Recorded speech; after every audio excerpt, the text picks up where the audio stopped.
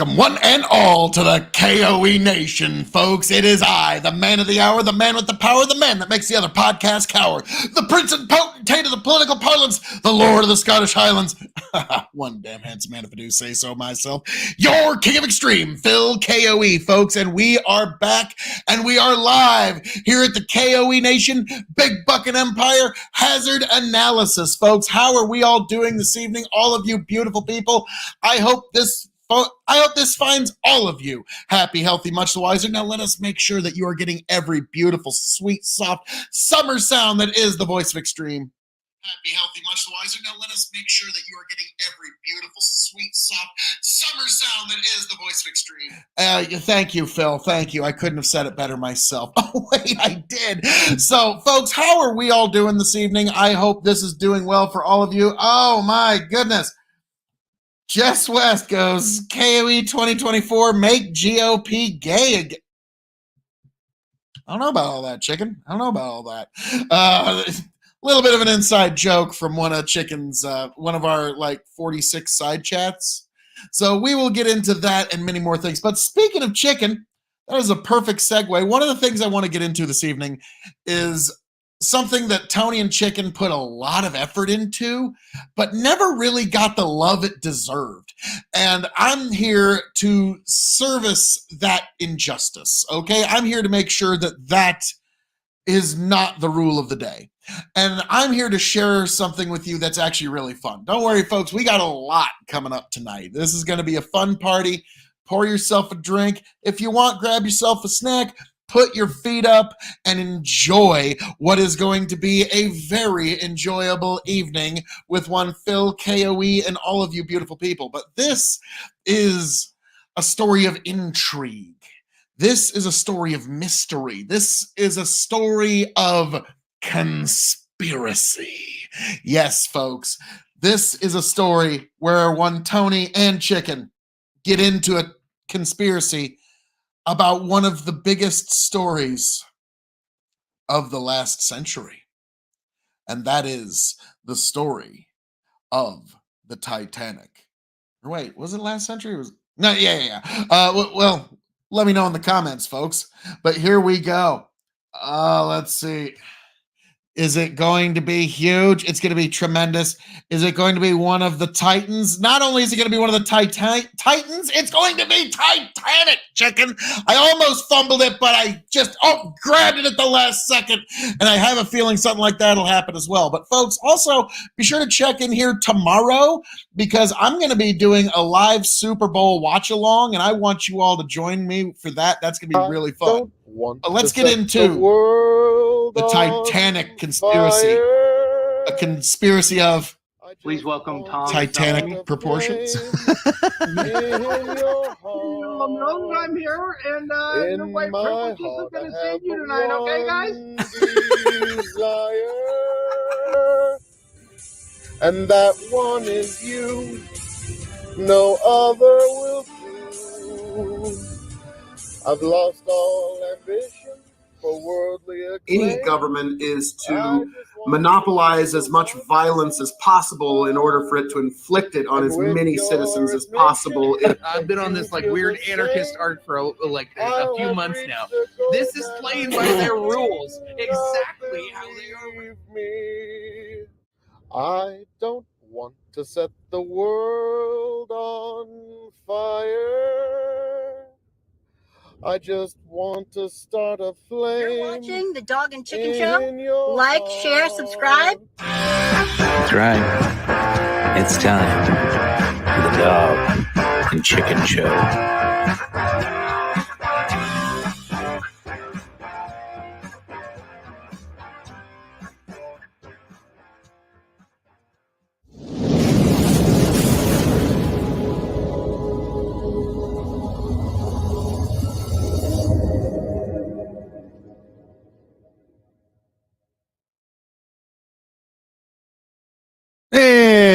And welcome back, ladies and gentlemen, to another.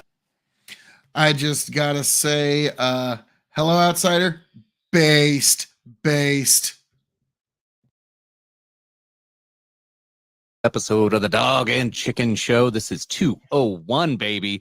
Yeah, we hit that benchmark and powering forward with, I don't know, whatever the fuck we want to do. Anyway, I am Chicken. Find me on the X or Twix or Twitter, whatever the hell you call it these days. Elon's little baby. Yeah, I think that's what we decided in episode 201. What we were going to call it was Twix. Twix. I was okay, really drunk. I like Maybe it. it was something else. I can't remember. Is it But left Twix or right Twix? I don't know. Is this a bop it? Like, twist it, pull it, turn it. Anyway, I am Chicken, Dr. Chicken. That Seed is from the government. Yeah, burn it down at Burn it Bark all Cluck on the Twix, whatever we're gonna call it. And as always, flanked to my side, the man, the myth, the legend, the one who makes cowboy hats sexy again, the reigning, defending, undisputed, revolutionary wrestling podcast champion, Tony. Yes, it is I, your 15-time Revolutionary Wrestling Podcast champion, the blend master himself, non-chill filtered, quadruple distilled, Tony G, and you can find me across all of my podcasting endeavors and all my social media presences at Linktree/Tony the Rod, and we are back here with, yes, a pre-recorded conspiratorial episode of the Dog and Chicken Show. We passed episode 200. We had a live. It was a resounding success of debauchery and a long, lengthy, just shit show of a stream, but it was beautiful in many different ways. Sounds like most episodes. Yeah, pretty much. I was just, okay, yeah. And Fine, it was run of the mill. Is that what you want me to say? It was just average? I was just saying I didn't make it through the post show, so it must have been pretty epic because you made it longer than I thought. I actually went back and looked yesterday when I recorded with Brent and also checked that out. New episode of Dad's Worldwide just dropped. We did 3 hours last week. I didn't realize we went that long on the live stream. No, the live stream was 3 hours. Oh God. I didn't realize that. Yeah. Yeah. I don't know. And then the post show was an hour and a half. And you made it 40 minutes in. So you went longer than you thought. Yeah, the world was spinning. Let's just say that. And that's on the post show. I don't think you guys caught it on camera, but that was when I decided I was done. Is I went outside for a smoke out my back door. I slipped and fell on the ice out there. And I was like, oh no, like I better get back inside before I hurt myself. And I came in and I slipped and fell in my fucking room right here.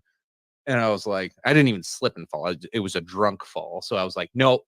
Yeah, I can't even make it back to my computer. I just need to call it. I remember, I think I got back on and said, I'm out, guys. Bye. But yeah, it was that kind of post show. I was falling down drunk. It was soupy drunk, and yes, I like. It was very cringy because I was rather inebriated myself and slurring rather spectacularly, and yeah, not a fun one to rewatch, but it was actually kind of fun to rewatch at parts. So, oof, yeah, it was good. Yeah, those are good-ish. Those are the blackmail episodes. That's what the post show is. Yeah. Yeah, that should probably just go away. I mean, oh man, the amount of male anatomy in meme form on that one is just resounding. If you're a big fan of that, like this one's for you. Yeah, not this episode. Yeah, not this last week's post. Yeah, not this one. I'm drinking. This is gonna be a lot less sexy, I think. This is one we've talked about doing for a while, and we like to throw in these pre-recorded conspiracies and stories and things like that. And there's always huge interest around. If you don't know by the title of it or the background picture, the Titanic is just one of those things that have gone into history with so much lore and folktale and stories and conspiracies and all kinds of crazy shit. So yeah, we kind of have to do this one. Yeah, I guess I thought we were talking about Chuck E. Cheese, but no, that's 202. Yeah. We're doing that one next week. All right, perfect. Thank God. About time. Long overdue. There. Yeah. Then how Five Nights at Freddy's is a real thing. Yeah. Dun dun dun. I think I mentioned this actually. There is a movie starring Nicolas Cage. Go figure. Oh, God. That is actually like a Five Nights at Freddy's ripoff clone, but the movie came out like 2 years before this Five Nights at Freddy's movie came out, and it's somehow better. like, which is something you don't usually say about a Nicolas Cage movie. But like, I watched a review of it. I'm like, this actually seems mindless enough that this might be enjoyable. I can't remember the name of it, but it looked incredibly. That's fine. I wouldn't remember the name of it either. It's just, it's not worth. He makes like 3 movies a year. It's impossible to, even if you're a fan. Yeah, no, let's not. We're going to talk a lot about Nicolas Cage tonight. Yeah, so. Oh, God. You can make that a drinking game at home. We're going to talk about the Titanic. Yes. All right. That's what we're talking about. Okay. Let's go through. Let's go through the. Yeah. Let's go through the story of the Titanic, of course. Oh, drink. Tony's get interrupted. Yeah, I've got another set of ears down here. Yes, because he's been bugging me about doing this episode. He wanted to listen to it because I think he's seen a lot of the YouTube shorts on the subject. So I think he's kind of interested to hear some of the finer points, and we're gonna do our best. Okay, we've got a believer, as you can hear in the studio. If you wanted to listen, now's your chance to jump onto the thing, and yeah, there you go. All right. Okay. All right. Calm down. So we have a vocal producer off camera for this show. Well. Yep. Let's go through the timeline of the official story of what happened to the Titanic. There'll be some clues as we go through there as to what to pay attention to and to hang on to as we go through. So April 14th, 1912. Of course, more stuff happened before this. We'll get into some of that later. But one of the first things that is noted in the morning of the sinking of the Titanic is Captain Edward J. Smith. They were scheduled to have a lifeboat drill, but that morning he decides to cancel it. Conveniently, as you'll find out later, that proved to be detrimental to about 1,000 people, as we'll come to find out. But later on that evening, 5:50 p.m., after receiving iceberg warnings throughout the day, Captain Smith changes the Titanic's course, heading slightly south. However, the ship's speed is not lowered. The ship's speed will come into play in another conspiracy later on with Captain Smith. Later on that evening, 9:40 p.m., the Mesaba sends a warning to the Titanic about an ice field that includes, in quotes, heavy pack ice, a great number of large icebergs, end quote. Wireless operator Jack Phillips, who works for the Macaroni Company, I'm not sure why that's relevant, is handling passengers' everything messages. ties back to macaroni and Kraft. Yeah, Kraft. Oh my God, yes. Oh, and you know who owns Kraft, or like is the heiress of Kraft, is John Kerry's wife. John Kerry sunk the Titanic. No, that's a name you don't have to worry about for a long time. Yeah, nobody cares about that name. But anyway, this Jack Phillips handles the messages and never passes the warning to the bridge of the Titanic. So at 9:40, there was the first warning of ice, and it didn't make it to the crew. 10 o'clock, the shift changes on the bridge. The first officer, William Murdoch, relieving second officer Charles Lightoller as the officer of the watch. Lookouts Frederick Fleet and Regina Lee Reginald. Oh my God, that's a lost name. Reginald Lee begin their watch so on the Titanic. Sexy. Got to bring it back. I know. I kind of want to have another kid. Just call him Reginald. I just start calling Riker Reginald from here on out. There you go. Rebrand. Yeah, rebrand. Yeah. God, poor kid. The night is unusually calm, making icebergs more difficult to see because there are no waves breaking at the icebergs. Adding to the difficulties is the fact that the crow's nest binoculars have been misplaced. See, no, that's conflicting because there's actually reports that it had binoculars, but it was behind a locked case and they didn't have the key. They couldn't get into the cage, whatever was holding the binoculars. And when they arrived at one of the stops or destinations that they were intending to, they were just going to replace them. So that's one of those fuzzy things where I don't know what the truth is, whether it was damaged, misplaced, or just locked to where they couldn't get it, which seems ridiculous either way. You'd think that would be one of the first things you'd look for, but I digress. That's called a break glass moment. Yeah, exactly what that is. 10:55 p.m. The nearby Californian, another ship, radios to the Titanic and says, quote, "Say, old man, we are stopped and surrounded by ice," end quote. And here comes Phillips again, responds, shut up, I am busy. I am working Cape Race. Cape Race is a wireless station located in Newfoundland, Canada. Then 11 o'clock, most of the Titanic's passengers are back to their rooms for the evening, getting ready for bed. The wireless operator of the Californian turns off his radio at 11:35. The fleet sees an iceberg in the Titanic's path and rings the bell 3 times to indicate something is ahead. It then calls bridge. Murdoch orders the Titanic a hard starboard, which is a turn to the left, and the engine's reversed. He also closes the doors to the supposedly watertight compartments. And we'll explain that more as it comes into play here. The starboard side of the Titanic scrapes along the iceberg at 11:40. Captain Smith arrives on deck and is told that the ship has struck an iceberg. Shortly thereafter, he is informed that the mailroom is filling up with water. Other reports come in of water in at least 5 of the ship's compartments.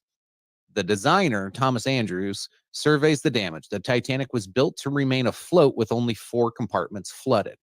Andrews predicts with the current flooding, the ship only has about 1 to 2 hours before it will sink. So the whole event starts at 11:40 roughly when they get hit and start taking on water, according to the official story. So at about midnight, they start getting the lifeboats ready for launch. Now again, their drill of lifeboats and how to do this was canceled the morning prior. So at midnight they start. 20 boats have space for only 1,178 of the 2,200 people. An order is later given for women and children to board first, with crewmen to row and guide the boats. So at 12:15, Captain Smith orders Phillips and Harold Bride to send out a distress signal. Although, so there was 2 different ones. SOS was fairly new. It's not the first time it was used, but it was fairly new. And the old one was called CQD. So CQ is a general call, and then you add D, meaning distress. So they were using both of these over the next several hours to communicate distress signals. The Frankfurt is among the first to respond, but the liner is 170 miles away to the south. Other ships also offer assistance, including the Olympic.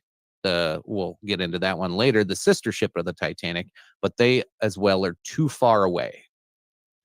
At 12:20, the Carpathia, another ship, receives a signal from the Titanic. Come at once, we have struck a berg. It's a CQD, old man, is the message they receive. Immediately changes course to aid the ship, which is 58 miles away.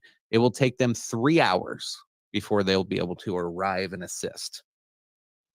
Fourth Officer Joseph Boxall, tasked with determining the Titanic's position, revises coordinates given as now 41 degrees, 46 north, 50 degrees, 14 west in the distress signals. Passengers waiting to enter lifeboats are entertained by the Titanic's musicians, who initially play in the first class lounge before eventually moving to the ship's desk. Sources will differ on how long they perform until shortly before the ship sinks, according to some. Speculation will also surround the last song being performed, likely either Autumn, which was a popular song at the time, or Nearer My God to Thee, which one of the musicians had said if he was ever going to go down in a ship, that would be the last song he plays. And so that's where you get that part from the movie.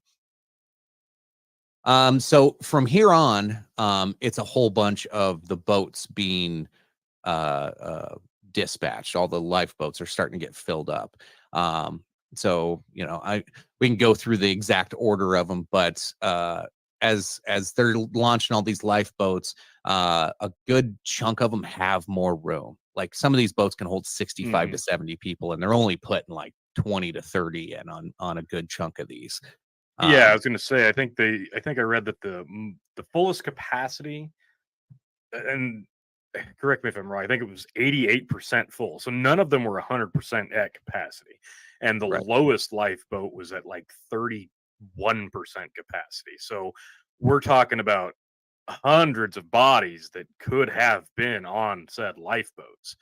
Now, there are some conflicting reports on they were short lifeboats, and there are some that say they exceeded what they needed in terms of actually having lifeboats in terms of regulations. So it really just comes down to the capacity of the lifeboats as they sent them out. That's really the strangest thing, not the number of them. To me it's the capacity.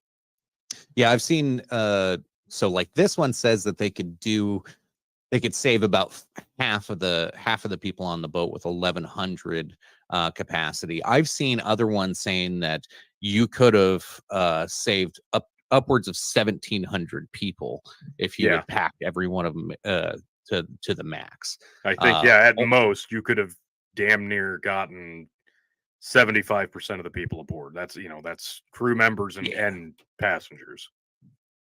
So at this time, while the boats are coming off, it's about 12:45. So what time did it hit? About an hour.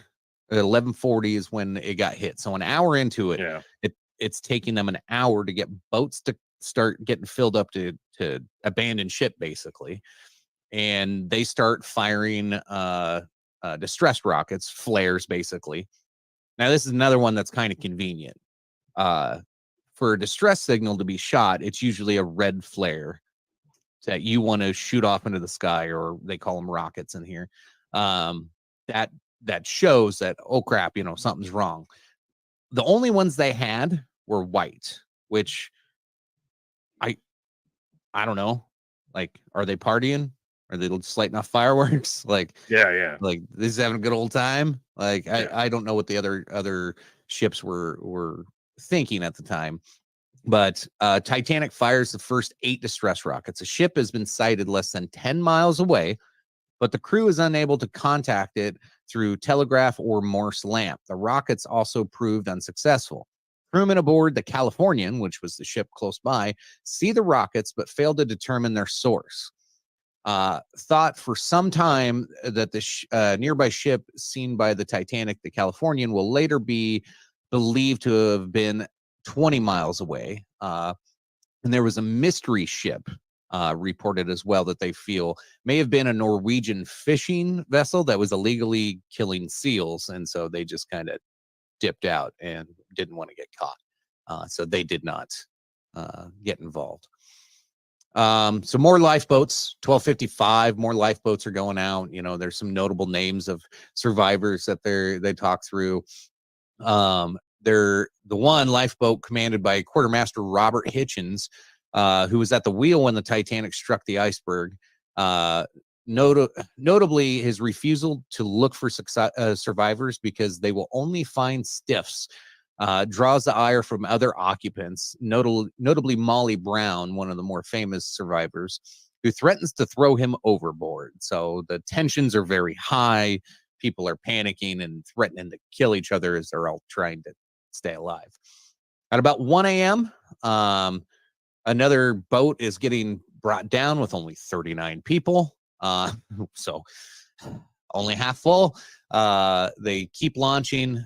Some of these can hold up to 40 and they only have 12. Some of them can hold 80 and only have 40. So plenty of room, as we had spoke to before. This continues on. More stories of boats being launched with way too many, or way not enough many. And then let's see, what's this one is Lucy Martha, first class passenger. She was the Countess of Roths, who will later man the tiller.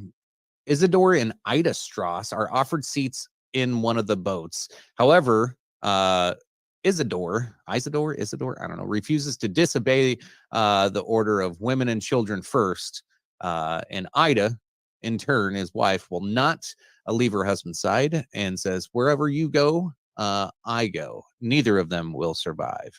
So that's one of the storied accounts from one of the launched boats. It's the premise to, I don't know, probably a certain crappy movie that came out. Again, this keeps going on. More boats being launched. And then by 125, let's see, actually, there's at 120, one of the occupants is an American businessman, Benjamin Guggenheim's alleged mistress. Guggenheim and his valet later changed into formal attire and reportedly says, we've dressed up in our best and are prepared to go down like gentlemen. His body will never be recovered. And then at 125, possibly not understanding the direness of the situation, the Olympic radios over. So the sister ship radios over to the Titanic. Are you steering southerly to meet us? The Titanic responds, we are putting the women off in the boats while still hours away. The Olympic will be informed by the Carpathia that of the Titanic sinking. And more boats are still continuing to be lowered at this time. So we're at 1:30 in the morning. So this is 2 hours damn near into this boat getting struck and sinking. Amid the growing panic, several male passengers try to board number 14 of the life boats, causing Fifth Officer Harold Lowe to fire his gun 3 times. He later placed in command of the boat after the sinking of the Titanic. Lowe will transfer people into lifeboats 4, 10, 12, and another one they call Collapsible D, so he can return to look for survivors in the water. He will pull several men to safety and rescue those partially flooded a collapsible lifeboat, which was labeled A, which holds up to 47 people. Phillips continues to send out distress calls with growing desperation. Women and children in boats cannot last much longer, and they continue to launching the remaining boats. 1:40 a.m. after they continue to send off the boats, Collapsible C is lowered. Among its occupants is White Star Chairman J. Bruce Ismay. Although he will later claim that no women or children were in the area when he boarded the lifeboat, others refute that assertion. His decision not to go down with the ship will result in many branding him a coward. Let's see. At 1:45 a.m. What a dick.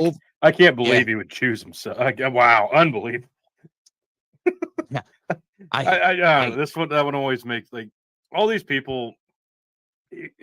We're already talking about a ship that was designed for luxury. Now, I know people always talk, oh, it was designed to be unsinkable. No, it was designed for luxury. And you've got the richest of the rich in the most glorious cabins and extravagant amenities aboard this luxury cruise line. And you've got people who could barely afford to eat also as passengers. And you're shocked that the highest paying businessmen that own stock in the ship and White Star Lines, the company, and people of importance are making their way off of it after it starts sinking. You're surprised by this? Like, we're talking about over 100 years ago, the pecking order of society.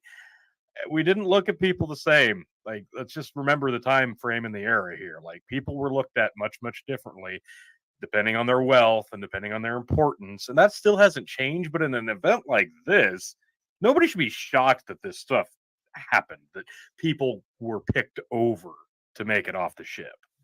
Yeah. And in contrast to that person, so at 1:45, there's another emergency boat about to be released. Aboard some 20 people with oh no, this is a different one. So number 4 is ready to be launched, and Madeline Astor, she was 5 months pregnant, is helped onto the boat by her husband, John Jacob Astor. When Astor asks if he would be allowed to join her, the second officer, Lightoller, who has strictly followed the order of women and children first, he refuses to let her husband join her. He says nothing, doesn't press the issue, and steps away and remains on the Titanic. Later, his body is recovered after he perishes. So he followed the rules. He didn't push the issue, made sure his pregnant wife made it off. So there were some respectable people on here. Yeah. So by 2 a.m, this son of a bitch hasn't sank yet. We're about 2.5 hours into chaos. I think that's really the true testament to the design of it. It's not the fact that we hear the word unsinkable. That's been a glorified term when we Did you know that Titanic. term did not come out until after it sank? Yeah, exactly. The terminology unsinkable was hardly used to describe it. As I mentioned before, it was designed for luxury. It was not the selling point that this is unsinkable, because people weren't worried about that. That wasn't really the selling point. It was the luxury. So it was mentioned that, yeah, this design is intended to be an unsinkable design. And that was really the only mention of that word, but it went down in infamy after it sank. So that was one of those glorification type things that came much, much later after the tragedy itself. Yeah. So at about 2 a.m. is when it gets crazy. So 2.5 hours in, there's only the only lifeboats that remain are 3 of the collapsible boats, which don't have as much capacity. The bow is sunk low enough that the stern's propellers are now clearly visible above the water, kind of the image in our background. Crewmen lower lifeboat D from the roof of the officers' quarters. More than 20 people are on the boat. As the Titanic's bow goes under, collapsible A is washed from the deck, and some 20 people manage to get into the boat, which is partly filled with water. By the time Low and number 14 comes to their aid, only 12 people survived. 3 bodies are left in the boat, which will be discovered a month later by the Oceanic. As crewmen try to release collapsible B, it falls, and before it can be righted, it is swept off the Titanic. Some 30 men find safety on the still overturned lifeboat, including wireless operator Bride and second officer Lightoller. The men will later be taken aboard different lifeboats. Captain Smith releases the crew, saying that it's every man for himself. Smith reportedly last seen on the bridge. His body will never be recovered. At 2:17, Phillips sends a final distress signal. He reportedly makes it to the overturned collapsible lifeboat B, but succumbs to exposure, and his body will not be found. The lights of the Titanic go out, plunging the ship into darkness as the Titanic's bow continues to sink and the stern rises higher out of the water. Placing great strain on the midsection, the ship breaks into between the 3rd and 4th funnels. Reports would later speculate that it took some 6 minutes for the bow section, likely traveling approximately 30 miles per hour to reach the ocean bottom. The stern momentarily settles back into the water before rising again and eventually becoming vertical. It briefly remains in that position before beginning its final plunge. 2:20 a.m., the stern disappears into the ocean. The Titanic is now gone. Water pressure allegedly causes the stern, which still has air inside, to implode as it sinks. The stern lands some 2,000 feet from the bow. Hundreds of people are in the freezing water, although there is room in most of the lifeboats. Crewmen are fearful that the boats will be swamped. Several boats eventually return, but too late. A few people are pulled to safety, but most die of exposure. Over the next several hours, numerous ships try in vain to contact the Titanic. At one point, the Burma's wireless operator, believing that he has heard the liner, sends a message: steaming full speed ahead, shall arrive to you at 6 a.m. Hope you were safe. So that 2:20 a.m. So an hour and 10 minutes later, the Carpathia arrives. So we've already had like 3 hours of chaos, basically, and now everybody's in the water or on a lifeboat or in the ocean. So 3:30 a.m., an hour after the final sinking of it, Carpathia arrives, firing rockets around. It takes them 40 minutes to find the first lifeboat. It'll take several hours for the ship to pick up all the survivors they can. White Star Line's offices, this Ismay guy writes a message, deeply regret, advise you Titanic sank this morning, 15th after collision with iceberg, resulting serious loss of life. Further particulars later. The Californian, 8:30 a.m., which at approximately 5:30 learned of what had happened. It searches the area for several hours, but fails to find any survivors. The Carpathia, carrying 705 Titanic survivors, heads to New York City. So 705 people were rescued and brought back out of the 2,200, mainly due to the poor execution of lifeboats or lack thereof, and that's the wild statistic, which screams that we had the capability to save over 2/3 of the people and on nearby board. ships that didn't react appropriately. Yeah. So with the lifeboats alone, you could have saved 2/3. With the nearby ships, upwards of 90%, theoretically speaking. And yet, even with that help and the lifeboats, a third were saved, which is just I think this is one of the biggest fuels to the fire in terms of why this entire all these conspiracies exist, is because it was such a just a fumbled execution on almost every level, on something such a large scale, with such luxury and money behind it, with so many powerful people. It was just the absolute fumbling of the execution from beginning to end. I think that's why this has so much traction. Yeah, it's I don't know, there's a lot of things that you look at this and it's just like, okay, we didn't practice the lifeboat drill. Probably in hindsight should have done that. Didn't have binoculars available, probably have a redundancy to make sure you can do your job. Like there's just all these like little things, like, really, like you can only say really so many times. Now, like at what point do you stop thinking of incompetence and start thinking of malicious intent? And so that's kind of what you're alluding to, is at a certain point, like the human brain kind of goes, you can only do the really test so many times before you're like, really? Yeah. Well, real quick, a couple of things I wanted to look at quick on the Wikipedia entry. When Titanic entered the iceberg alley, most of the passengers had gone to bed.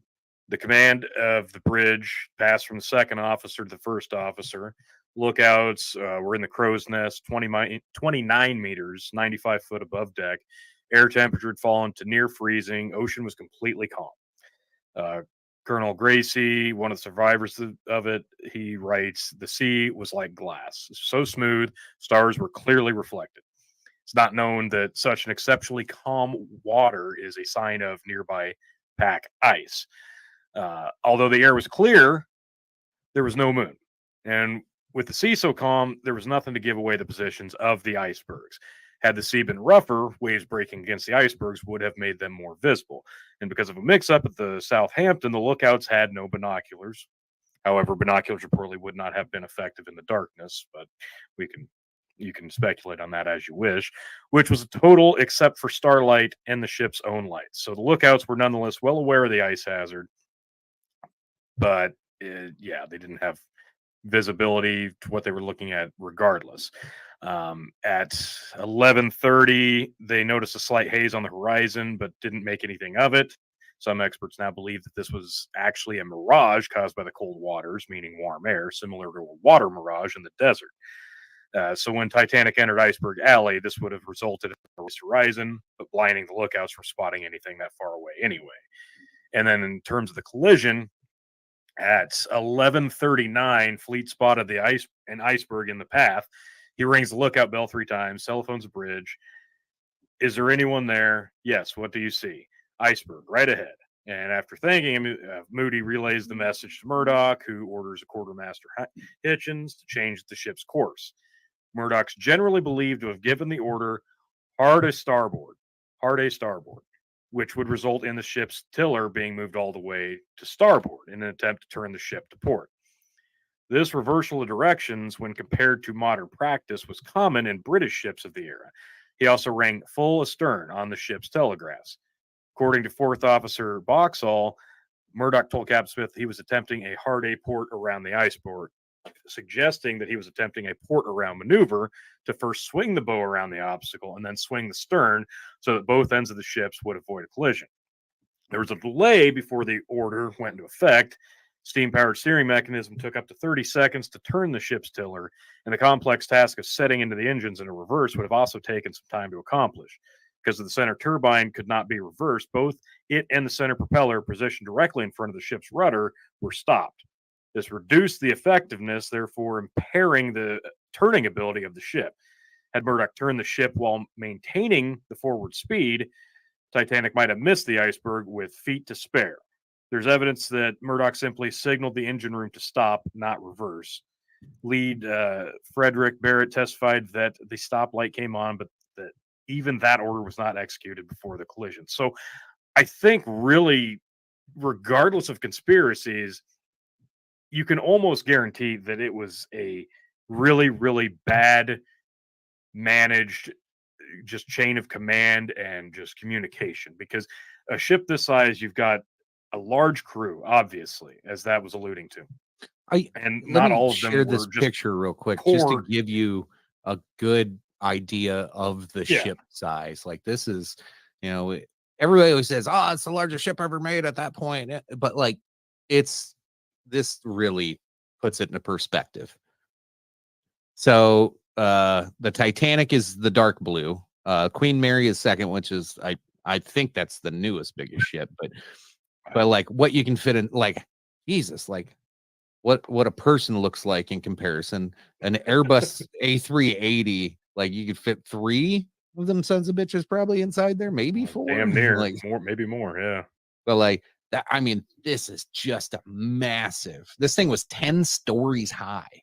Like, it's crazy. Wow. Anyway. Yeah. It's massive.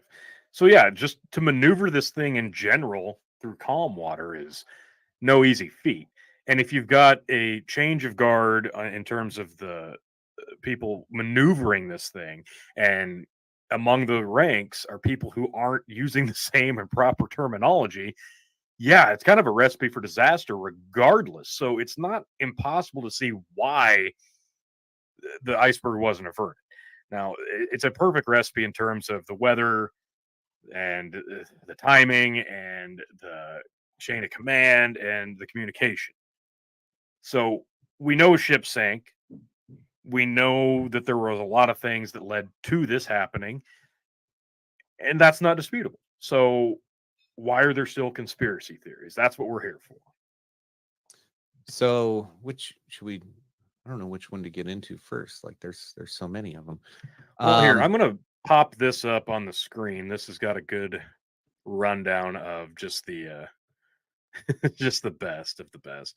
This is coming from the History Channel. I promise this isn't like 1 a.m. History Channel where aliens did it, obviously.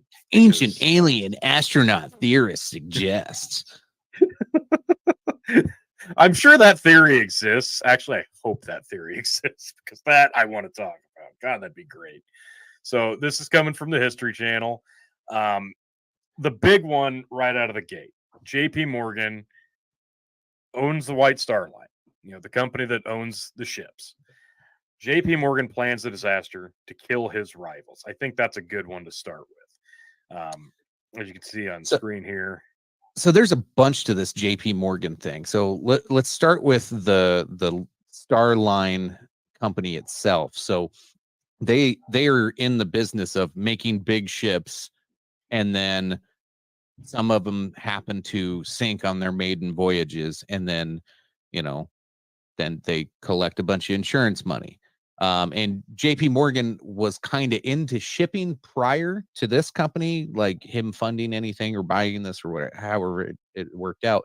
But what JP Morgan used to do is he would buy a ship, fill it up with all the stuff that he wants to sell, ship it up the East Coast. By the time it gets to New York, he sells all the shit off the boat, and then he sells the boat because he doesn't want to pay for the insurance. He doesn't want the cost of owning this thing and the maintenance. And like, he just like, he'll buy a boat, move the shit he wants, sell everything, and then do it again. And he you know, and that was his experience with shipping methods. Now, this being a company who, you know, gets some pretty sizable payouts through insurance, and this company was kind of going under, he's, you know, they did get some insurance. Now, the dispute on like the insurance piece was they only got like $1 million, and the ship cost $7.5 million to make. Yeah, that's going to be the big bone of contention on probably he bought the company. He bought the company for €1,000. Mm-hmm. He didn't buy the boat. He bought the company for €1,000 because they were so fucking financially screwed. And in between the building of the Titanic and the Olympic, and the problems they had, because they crashed the Olympic before they even had it insured. Like, they literally ran into a fucking boat with the Olympic. So to fix that, you know what they did? They pulled parts off of the Titanic to fix the fucking Olympic. And so they're swapping parts around, and all kinds of fuckery is at foot at this point. Like, this is where you know, you're like, oh, it's just the incompetence of these people at that point. You know, oh, I fucked up the ship, so let's pull parts off of this one. So I don't know, but could it be a big insurance fucking scam that JP Morgan saw a way to make some money off of it? Sure. The really moment that comes through this is that he decides not to join the crew and get on this boat right before departure. Now, there's arguments over like when he decides not to get on. Some people say hours before. I've seen things where it was a day before, and then others saying, well, he had these 5 things scheduled. Well, yeah, rich people have all kinds of stuff scheduled. So I don't know, but it sounds like he pulled out at the last minute. Inconveniently, what was one of the richest man in the world, that Jacob Astor, who we mentioned, stepped aside to let his pregnant wife go ahead and get on. He didn't fight.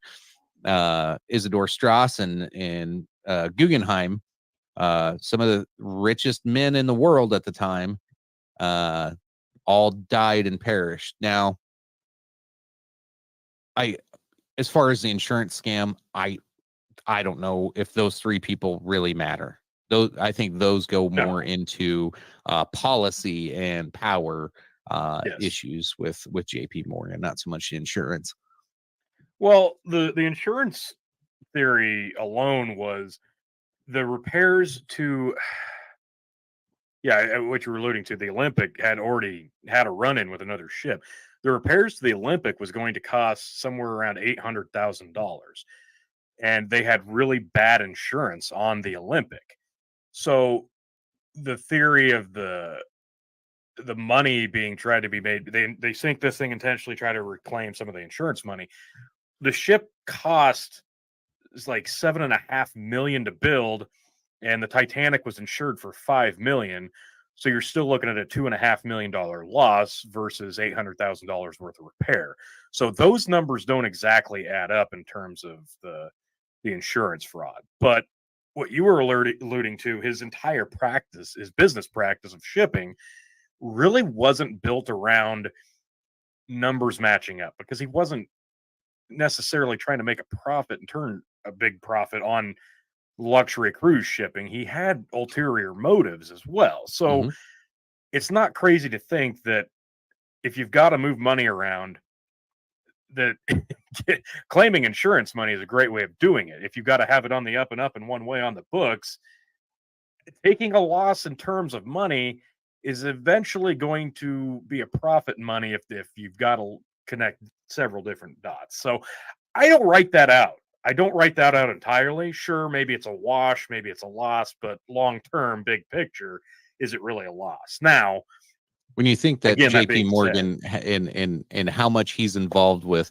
modern monetary theory, the Phil K.O.Es of the world are going to hear that and go, oh yeah, like there's no way that there is there's definitely a non-zero chance that JP Morgan found a way to make money off the Titanic being sunk. Non-zero chance. So the JP Morgan planned the disaster to kill his rivals theory. According to this, millionaire banker J.P. Morgan planned the Titanic disaster kill off rival millionaires Jacob Astor, Isidor Straus, and Benjamin Guggenheim, who all perished on board. The theory hinges on the fact that Morgan had originally planned to sail on the Titanic, but changed his mind shortly before it took off, allegedly because he was feeling ill, allegedly because who the fuck knows. Yet it doesn't offer any reasons given. Yeah, nobody knows why, but he wasn't. Yet it doesn't offer any explanation for how he caused the ship to hit the iceberg and kill over 1,500 people, let alone the 3 men he supposedly intended to die. To top it off, the theory claims Morgan wanted to kill them because they opposed the creation of the Federal Reserve, even though Astor and Guggenheim don't appear to have actually taken a position on it, and Strauss actually supported it. So that alone, I don't know if there's any records or conflicting records of their stances on the Federal Reserve. But yeah, you can see why that would be a massive motive. But would you have to do something so large scale to try to cover why couldn't this you just up? hire an assassin? Yeah, that's kind of my thought. Like, or like hire the chef to poison them. Like, there's all kinds of shit you probably. Yeah, you don't have to sink the ship. I understand if you're trying to kill 2 birds with 1 stone. You're like, oh, I need insurance money and I need these 3 guys to die. Well, I could just poison them, or I could just kill everybody and sink the ship. Yeah, that makes sense. I don't know. Alternative versions of the theory claim that the Rothschilds banking family or the Jesuits were the ones who arranged Astor, Strauss, and Guggenheim's death on the Titanic. Washington Post notes, invoking the Rothschilds as international conspirators is a centuries-old anti-Semitic trope. The Rothschild family founded banking houses across Europe in the early 1800s, and they've been a favorite target of conspiracy theorists ever since. I love how anybody who tries to dismiss a conspiracy theory doesn't actually try to dismiss or debunk the conspiracy theory. They just call you an anti-Semite. Yeah, of course. And I love this last paragraph from the History Channel. This theory resurfaced recently in connection with QAnon, a far-right conspiracy theory detailing a supposed secret plot by an alleged deep state against U.S. President Donald Trump and his supporters. Everything's got to come back to Orange Man bad today. Oh my God. Of course it does. So let's. The fucking shaman sunk the goddamn Titanic. It was a QAnon shaman. He went back in time. He's a fucking time traveler. Didn't you know Trump's a time traveler? Like, now you're talking like the History Channel after midnight. Perfect. According to ancient alien theorists, Donald Trump is a time traveler who went back and sunk the Titanic. Yeah, I think we've got something there. You've just got to figure out a way to work in Nazi Germany and aliens and dinosaurs. Dinosaurs aren't real, dude. Okay, now you've gone too far. So yeah, when it comes to like killing the rivals theory, like that's, and especially when it comes to setting up the federal banking system, all these people were rich. They're all going to be for it. There's very, very little evidence that or reason for me to believe that rich people in the early 1900s would not have wanted a central bank to create a federal reserve, because all these people, back then, what was it? You had the greenbacks, and everybody had their own different currency, and the economy was going through like a boom bust every 5-6 years. Yeah, it was a frenzy. It was a free for all. Yeah, in terms of people trying to gain power. Yeah, yeah, rich people wanted a central bank. They like, there's no reason for me to think any of these guys were opposed to it. They were all on board with it. I think JP Morgan was a nefarious type person. I'm not sure he really wanted these people necessarily dead. Maybe they were collateral. I'd love to hear in a different scheme. I'd love to hear these guys die doesn't mean that their companies or the money goes away. Like, they all look fairly old. They probably got kids. Yeah, I'd like to hear some conflicting ideas on why this does hold some merit. Like, if you really think about this one and not just like, hey, that random guy I heard on an Instagram reel has a pretty good argument about why the Earth's flat. Like, if you actually think about it constructively, this one doesn't make a ton of sense to me because I think the cost is really overweighing something that could have been done much simpler and just as easy of an outcome. So I don't know. I don't love this idea. I don't know. But Maybe you're looking at it through a fisheye lens. Okay. yeah, I see what you did there, blurfs. Yeah, if none of these guys were on the record of opposing the Federal Reserve, that really takes the legs completely from out under this theory. I don't see how this one holds any water. Now, if they're just millionaire rivals, okay, fine. But again, why? Yeah, like you said, why don't you just poison them? Why don't you just get an assassin? This shit happened all the time. Yes, even 100 years ago. So that's not sinking the Titanic. That's hardly an effective way of doing that. Now, if you've got a bunch of other people on board that you want to see gone, sure, but then it becomes really, really obvious. Who's to say one of these don't survive? Like if that's your plan, I'm going to sink this ship so I kill all three of these. Well, 700 people survived that. That's a third. 1/3 of the people survived. These guys had a 33% chance of surviving, basically. 33 and a third chance. And that spells disaster for you, Joe, at Sacrifice. Oh, my God. Scott 3 Steiner plus 3 promo. plus 3 plus 3. Oh, my God. We got 666. Oh, my God. Don't you worry. There's Evil too many threes. religion. 2, 3, 23. Ah! Evil religion's going to come up again here soon. Let's scroll down here on this. It's the best. The number here's my patterns, favorite. I love it. This is my This one is not too crazy. This goes back to the insurance thing. I think this is plausible. And I understand there's a lot of reasons why it's not, but this is my favorite. The Titanic never actually sank. People seem to love a good insurance fraud story, so maybe it's unsurprising that this conspiracy theory is one of Titanic's most popular. This one posits that someone switched the Titanic with another White Star Line ship, the RMS Olympic. But as Paul Burns, vice president and curator of the Titanic Museum attractions in Missouri and Tennessee, points out, I've actually been to that one in Branson, it just doesn't make any sense, he says.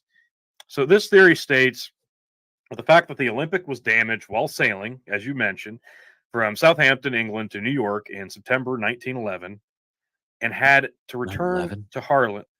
September New York 9/11. New York, September 9/11. Oh my God. New conspiracy right here. I just seeing those words all put together, you're like, what? Yeah, as I was reading it, I was like, oh, that's kind of ironic. Yeah, New York, September 1911. Interesting. Yeah. Simpsons didn't do it first. Damn you, Donald Trump. Yeah, this is clearly QAnon. So when it was sailing from Southampton to New York, it had to return to Harland Wolff Shipping Yard in Belfast for repairs. The company repairs the Olympic and sailed to New York and back. It returned to Belfast for more repairs in March of 1912, a few weeks before the Titanic set sail. The conspiracy theory claims that some person or people found the Olympic too severely damaged to be profitable, and so at some point switched it with the Titanic to purposefully ditch the damaged ship, reap the insurance money, and it seems kill a bunch of people in the process. There's a lot of holes in this theory, but one of the biggest is that the Titanic's insurance wasn't enough to cover the Olympics' loss.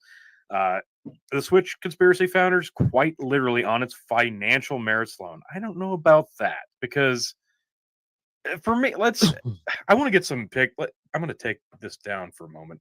If we can find some actual pictures of the comparison of the two ships, because that's really where this comes down. Even then, how many people would know the intricate details of the differences of the windows and the few cubic feet differences? Like, not a lot of people are gonna know the difference because, like, the ballrooms were the same. So much of it was very similar. So Olympic. We talked about here. I've got one. Yeah. Nope. Where's my window? There it is. So a lot of people heard us say, maybe a lot of people aren't even aware. Where the hell is it? I shared the wrong screen. I'm just kicking ass over here. That's there it is. Okay, so maybe some people weren't even aware that the Titanic had two sister ships. So here we've got pictured the RMS. And what was the Olympic. other one? The Britannic? Yeah, the Britannic, and that was actually built after the Titanic sank, I believe.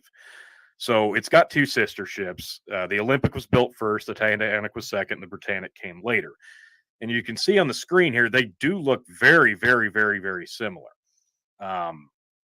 There's really not a lot of difference in terms of the actual blueprints because they were almost spot on. So like, what do you do? Come in the middle of the night and like paint over the Titanic and then stick a Olympic sticker on it?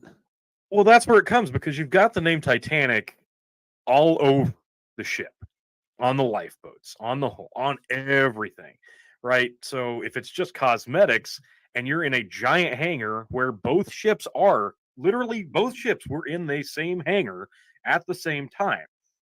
So with the right amount of people, you could do this. But how do you get all those people to do it and shut the hell up about it? That's the You one sink thing. the ship with them on it. Well, that is a good theory. See, there you go. There's a lot of There's reasons why that there's more that people rumor would that survive. they locked all the third class people got locked in, so they weren't allowed to escape. There's that that possibility. So nobody how did the third confirm how or did those deny that? how did those third world level peasants get on board anyway? Were they offered a free ride because they worked on the ship? It would make sense, Right? So Yeah. you've got some conflicting ideas here on why this isn't possible. So the comparison, I believe, is that the whole numbers don't match up. Okay, because the Titanic had 400, I believe, and the the Olympic would have had 400, and Titanic would have had 401. Would have been the last three digits on the whole numbers, and that's going to be the on Titanic most was of the parts of assigned the the ship. yard number 401 is what the Titanic had because it was built after. Yeah. So the big difference is Titanic had some minor design improvements over the Olympic, such as an enclosed promenade deck on A deck and more lifeboats. Olympic had some modifications after Titanic's sinking, such as a double hull and additional lifeboats, but that came after.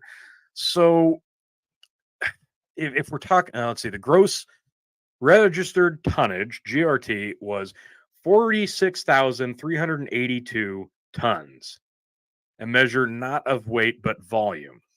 The displacement was 52,310 tons, even more than the Olympic at 52,067 tons. So pretty minor in terms of numbers there, really, because who's really looking for that? Who's checking for that? Who's keeping records of that? But if we're talking solely on like the innards of the ship, like you'd have to replace a lot of the innards of the ship itself because of the whole numbers, 400 versus 401. It really wouldn't be feasible that this could happen. But why would you have to go to that length? You wouldn't. Would it not just be again, I'm reaching here a bit, but wouldn't it make more sense to just fudge the paperwork a bit if you have the means of doing that? Yeah, especially back then. Exactly. Like, so there's not going to be like a digital entirely trail of. Yeah, there's no. Yeah, exactly. There's no digital. Because trail. back There's then you could just like get an eraser. Yeah, and change it.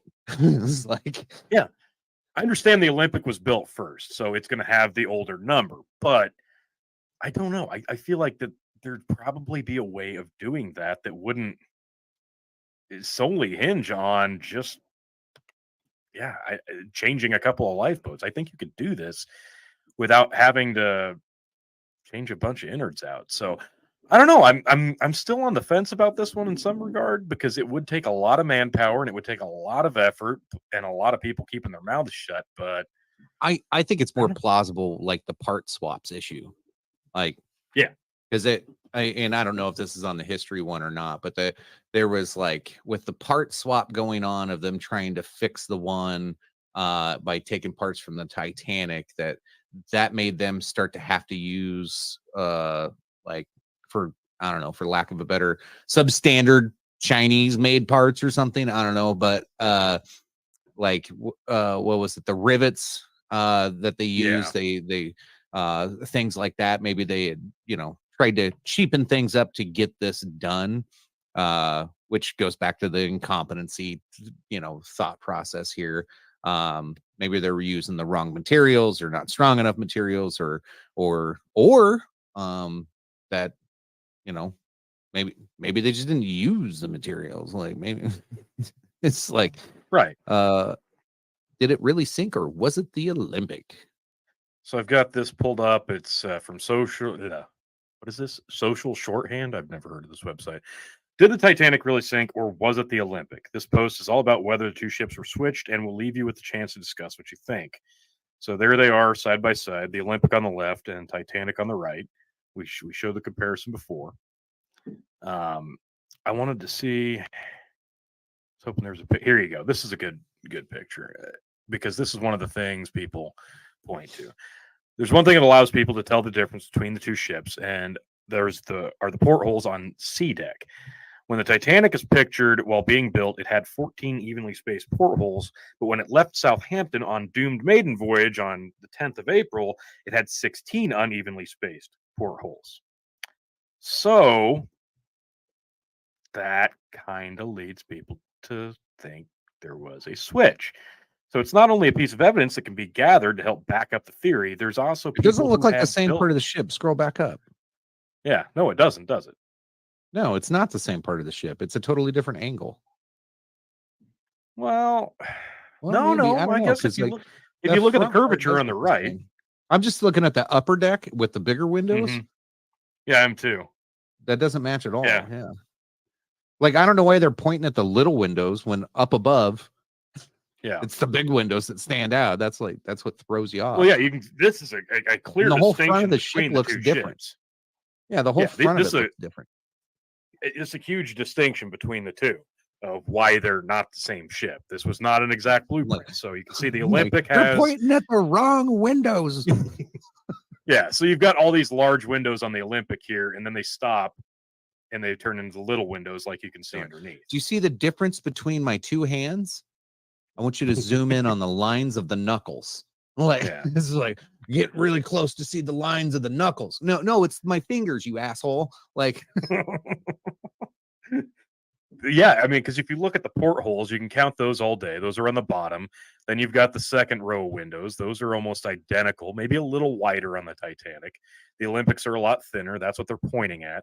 Yeah, above that, the large open concept windows stop about halfway in this picture and turn into the smaller windows. That might be where the second and look at the front on the right side of those pictures. Look at the, like, what looks like might be the front of the ship or back of the ship, whatever, like where it curves around, like totally different. Anyway. So yeah, there's distinct differences. So if this is the case and there's conflictions on what the actual design was and what actually set sail, this adds credence to that. So what we're talking about was changing a little bit of the paperwork. Is this like picture of they wrote a news article and here's a picture that they posted on the news article? Like, did they have like Getty Images back then where they were like, hey, I need a picture of a big boat, and they don't give a fuck if it's actually the Titanic or something else. So that could be a possibility too. I don't know. I mean, remember yellow journalism? Like, it's always been a thing. So this guy right here is Paddy Fenton. He's someone who had told his fellow seamen that they were in fact switched. Man in Australia sent a letter to the Northern Star newspaper on July 31st, 1996, which talks about a conversation he had with his son, that his son had with Paddy. Here's an extract of that letter. When the surviving crew got to port, they were all taken aside and met by two men, one in a high position in the company. The other man was in a very high position in the government. Government man read the crew the Official Secrets Act, explaining that if they told the real reason for the sinking or the rumors of the insurance scam, they would serve a minimum of 20 years in jail and would never get a job when they got out. So J.P. Morgan was amongst many people who canceled his trip at the last second. We talked about that, as he was ill, they say here, when in actual fact he'd been spotted in France 2 days later and appeared to be in perfectly well health. Let's see. Jay, Bruce, Ismay, his wife, Julie, and their children also canceled due to his wife's ill health before, however, they were spotted motoring, holiday, and Will. So a lot of conflicting things here. I think the fact that people are legitimately saying this isn't the ship. We saw the ship. It didn't look like that when it was built versus when it set sail.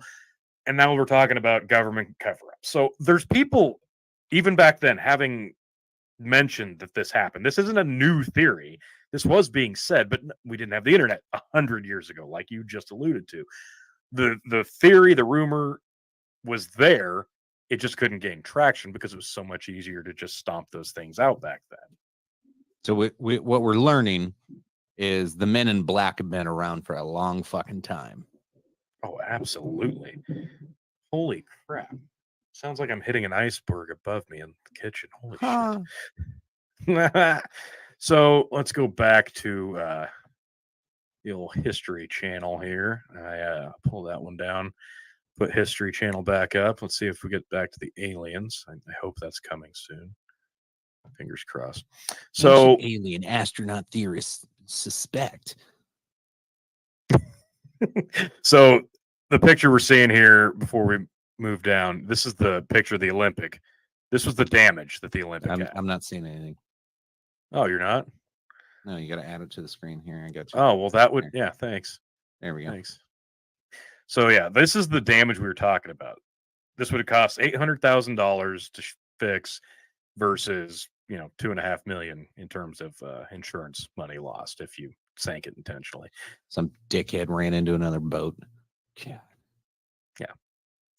All right. We're going to move down. The Mummy. This is one of my. This is so stupid. I'm just going to put the cart before the horse. But a mummy's curse doomed to the Titanic. So which mummy was this? Because yeah, a little bit. Hold on. Which mummy was this? I got another one that. So the Titanic supposedly sank to its grave carrying a cursed mummy in its hull. The theory, anyway, is that been around for a century. It seems the mummified Egyptian princess also left a trail of devastation across England in the 1900s after being excavated and moved. Alas, and they checked the cargo. Supposedly, there was no mummy on board because they got a hold of the cargo manifest in 1985. Curiously, there were large stocks of raw feathers, hatter's fur, and rabbit hair, but no mummies, allegedly, on the boat. Now, cursed mummy. That's a fun story. One other one that I don't see on a lot of these is that this specific company, when they would make new ships, they didn't christen them in the traditional way by breaking the bottle on them. And so that's the other curse that they feel. That's why this company had so many ships sink on their maiden voyage, is they didn't follow proper sailor protocol in christening ships. Yeah, they did not break the bottle of champagne as it set off because the White Star Line just didn't do that. And if you believe in karma, that would be one of the things that people would point to is why it clearly sank because you didn't break the expensive bottle of champagne on it.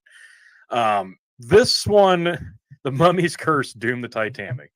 One of the passengers who went down with the Titanic was William Stead, a British editor who subscribed to early 20th century spiritualism and had spent the past several years claiming a cursed mummy was causing mysterious destruction and disaster in London. As with other myths about Egyptian curses and Native American burial grounds, this myth played off of colonialist anxiety about people whose land they had plundered. On board the Titanic, Stead happily repeated his tale of the mummy's curse to the other passengers after the ship sank. A survivor recounted his story to the New York World, and the media picked it up. Next month, the Washington Post ran this headline: "Ghost of the Titanic, Vengeance of Hoodoo Mummy, Followed Man Who Wrote Its Story." Burns says some people link the mummy's curse to Egyptian artifacts that survivor and hero Margaret Brown really did take with her on the Titanic to deliver to a museum in Denver. In other versions of the story, the mummy was actually aboard the Titanic because the British Museum had sold it to an American who was shipping it home. But the truth is, so-called unlucky mummy is still at British Museum, and no mummy was ever loaded onto the ship. It was an iceberg, not a curse, that sank the Titanic, they say. I think that this one was easy to debunk, and that William Steed, he pretty much just made up the entire story and told it to the other passengers. Like, And I then don't think he there's. wrote a book. Yeah. So, yeah, there's like nothing to this one. This is the funniest one to me. Yeah, I'm pretty sure he wrote a book after spreading this rumor and probably made some money. Did he survive though? Let me find out. I don't know if he survived or not. I can't remember. I have his Wikipedia on my thing here. Where'd he go? There he is.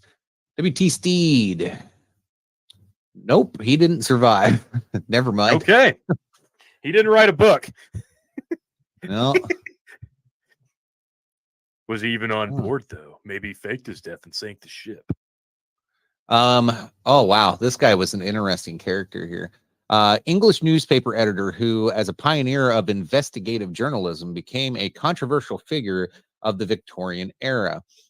Steed published a series of hugely influential campaigns, whilst editor the Pall Mall Gazette included his 1885 series of articles, The Maiden Tribute of Modern Babylon. These were written in support of a bill later dubbed the Steed Act that raised the age of consent from 13 to 16. Okay. So he was against like touching kids. I'm kind of liking this guy already. Okay. All right. His new journalism paved the way for the modern tabloid in Great Britain. He has been described as the most famous journalist in the British Empire. He is considered to have influenced how the press would be used to influence public opinion and government policy, and advocated government by journalism, which is a form of new journalism pioneered. He think of journalism as more than just a position to report information, but could, through the paper, the journalist or editor could become ruler. Oh, maybe I don't like him. He had some good ideas. Yeah, don't touch kids. Yeah, okay, one good idea. Yeah. 16. Yeah, this guy didn't but, make it. You know, let's go figure. Yeah, 16's still a little young though, but it's better than 13. I guess. Yeah, that's okay. He met with William Randolph Hearst, another. There it is. Fucking piece of shit in history. There it is. Yeah, I knew there was a connection there somewhere. Yeah. This one I don't believe has much merit either. This is the ship's number read "No Pope" backwards. Here you can see the ship's number 390904. Loosely looks like no Pope if you look at it in a mirror. This is one myth that numbers things drive me nuts. Yeah, one myth posits that Catholic employees of Hartland and Wolff, the Belfast company that built Titanic, were distressed that the ship's number seemed to say no Pope when viewed in a mirror. Was this a sign of bad luck? No. The late Titanic historian Walter Lord wrote that he received letters from people in Ireland saying this no Pope story beginning in the mid-1950s. Yet Burns points out in his 86 book, The Night Lives On, there's no such number attached to the Titanic. The whole number painted on the ship is 401, same as its yard number, and its Board of Trade number is 131428. Yet even if one of its numbers had read no Pope, there weren't any Catholic workers at Harland and Wolff for it to upset. The company had driven its Catholic employees away in the late 1800s, and by the 20th century, had a reputation for only employing Protestants. So, no, this one's complete and utter bullshit. Yeah, that one. I hate it when they like see these numbers and these patterns and oh my god, like it is the silliest fucking thing and people fall for it every day. Drives me nuts. And I think this is the last one on the History Channel. Jack Dawson is Jay Gatsby.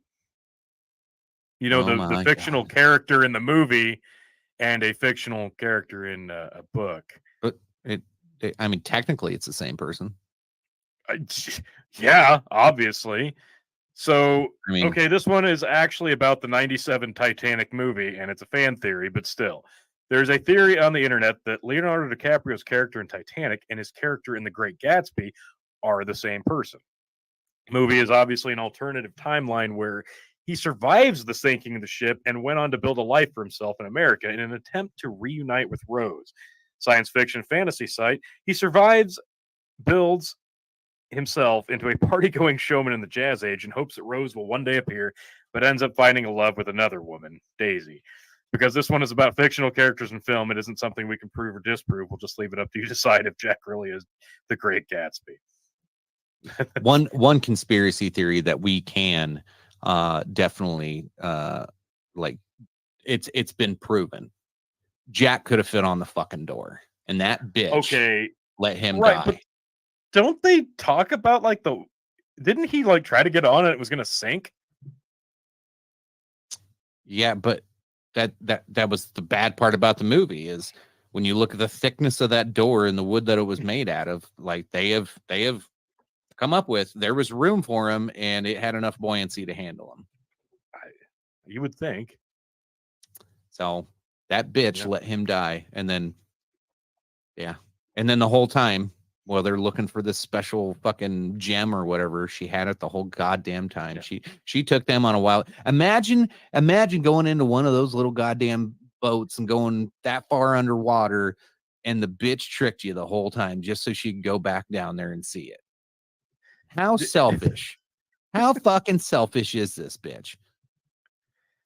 Wasn't that the whole premise of the movie? Is she just wanted to go see it again? Like, she tells her whole story and she wants to find this like pendant or necklace or whatever. Sorry if I'm fucking spoiling the goddamn ending for you, but she had it on her the whole time while they're trying to look for this gem in this little submerged fucking robotic thing. Yeah, she took him on a wild goose chase for nothing. What a bitch. Anyway, have you ever seen? And then rich people want to go down and see it and get fucking, killed we'll talk about that next, I'm sure. But have you seen the alternate version, the alternate ending to Titanic? Full disclosure, I've never watched the full thing start to finish because why? There's an alternate ending. Long. Yeah, it's long and boring. There's an alternate ending. What's the alternate ending? She's standing on the ship and she's about to throw the fucking necklace into the water when the whole crew busts her doing it. And Bill Paxton basically like pleads with her, no, don't do it. And she's like, oh no, it has to go back in the water. And eventually she convinces him to let her throw it in the water. And it's just cringe, horrible acting, terrible, and defeats the entire purpose. Like you said, the ending's already bad. This makes it so much worse. Like, it's horrible. Puts it's these worth guys' a watch. life at risk to chase down something that she had the whole time. It's so funny because it's so bad. Like everybody regretted recording it. Yeah. I got a couple other ones we can browse through real quick. Let's do it. So we already talked about that. There possibility a German U-boat torpedoed the Titanic, although World War I hadn't started yet. Suspicious minds suggest that the German U-boat could have attacked the British ship. Some survivors reported a vessel lurking miles away until the early morning. The sub may have deliberately targeted the luxury liner or possibly accidentally collided with it. According to Huffington Post columnists, there's no proof, however. Critics of the theory also point out that the German U-boat attack on the RMS Lusitania in 1915 caused the ship to sink in 18 minutes. It took 2 hours and 40 minutes.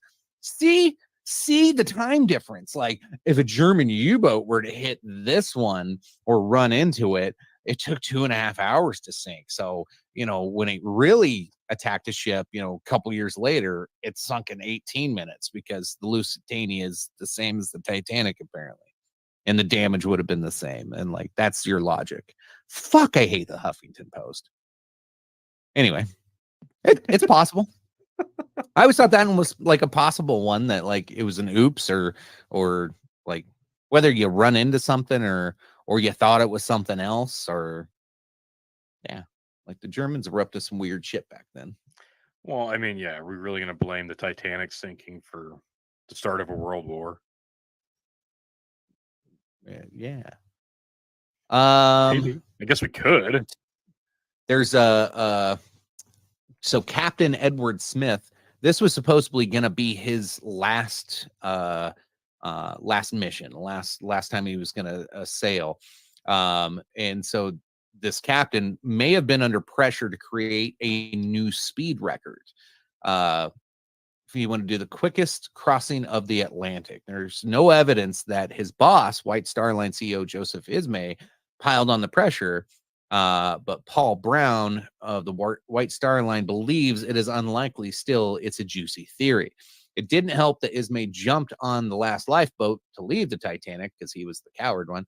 75% of the third passengers were drowning. Titanic Captain Edward Smith body was never recovered. Final moments remain a mystery. Blah blah blah. But yeah, the some of the thought was if he's going to retire after this voyage, could he hold the speed record of crossing the Atlantic with the Titanic, so he can kind of go down in history as like, fuck yeah, check that out, or maybe the company wanted him to do it so they have, you know, something to have in the newspaper to raise money and get attention and stuff like that. So it's plausible. I think the big problem with this theory is just the course layout. I don't think even with shortcuts being taken, the actual route of it making multiple stops and arriving back in New York, I don't think there's any way that this could have realistically beaten any records, because it wasn't, I don't know that it was capable of reaching the speeds that it would have been necessary, especially taking the route that it was on, to break said record. So I think this one pretty much, it just gets boiled up to, it's a nice thought, but it wasn't a realistic possibility anyway. So I don't think there's much weight here. Yeah. The other one that we didn't discuss was the coal fire theory. So this one might be one of the more like it could have. So a pile of coal stored that could have been smoldering. So as they were loading it into the Titanic, all the coal for the engines, that some of the coals were hot. And as they piled them up, you had embers slowly burning the piled up coal, which eventually would have exploded, whether that be in unison with the, you know, the ship gets hit and causes the coal to, you know, combust and blow up, and creating that chain reaction, because the four chambers underneath that they sealed up were supposed to be airtight and seal up the water so they wouldn't take on anymore. But the idea is that maybe when it got hit, it caused that coal to blow up and caused that airtight seal to obviously not be airtight and sealed anymore because it blew up. So that's kind of leads into the next one, which is the perfect storm theory of, yes, it hit an iceberg. Yes, it had hot coals. Yes, there was a lot of incompetent people on there. Yeah, it was just like, holy shit, all these bad things just kind of rolled into one big fucking snowball of disaster.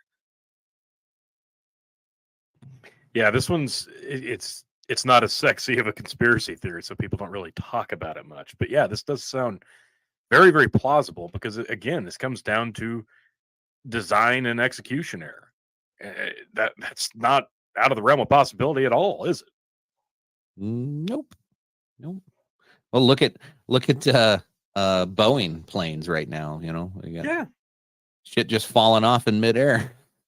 Like that's a design. That one where right? That one where the dude's phone got sucked out of the plane when the door fell off. Yeah, and they found the phone on the ground intact. And yeah. That sounds like more of a selling point for a phone than it does an airplane.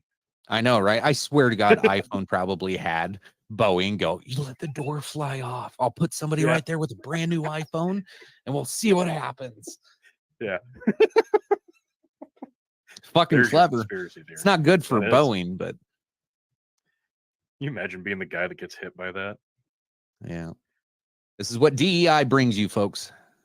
Just you know. Fantastic. Yep. Shoddy craftsmanship on Boeing planes. I don't want to fly on a Boeing plane that's been made in the last 5 years. Like, I remember I used to get upset about, like, yeah, like I'd get on a plane and be like, God, how old is this thing? This is like from the 70s. No, I trust them. I don't trust Yeah. anything Boeing's made in the last 5-10 years because Yeah. those are scary. I'd rather have one that looks like it was duct taped and put together. I feel a little bit safer. Yeah, the out of date stuff actually makes you feel a little more secure. That's sad. Yeah, But I mean, that it's the is same sad. thing with everything. We're living in the age of back when really, we really made things in reusable America. plastic. Yeah. Hmm.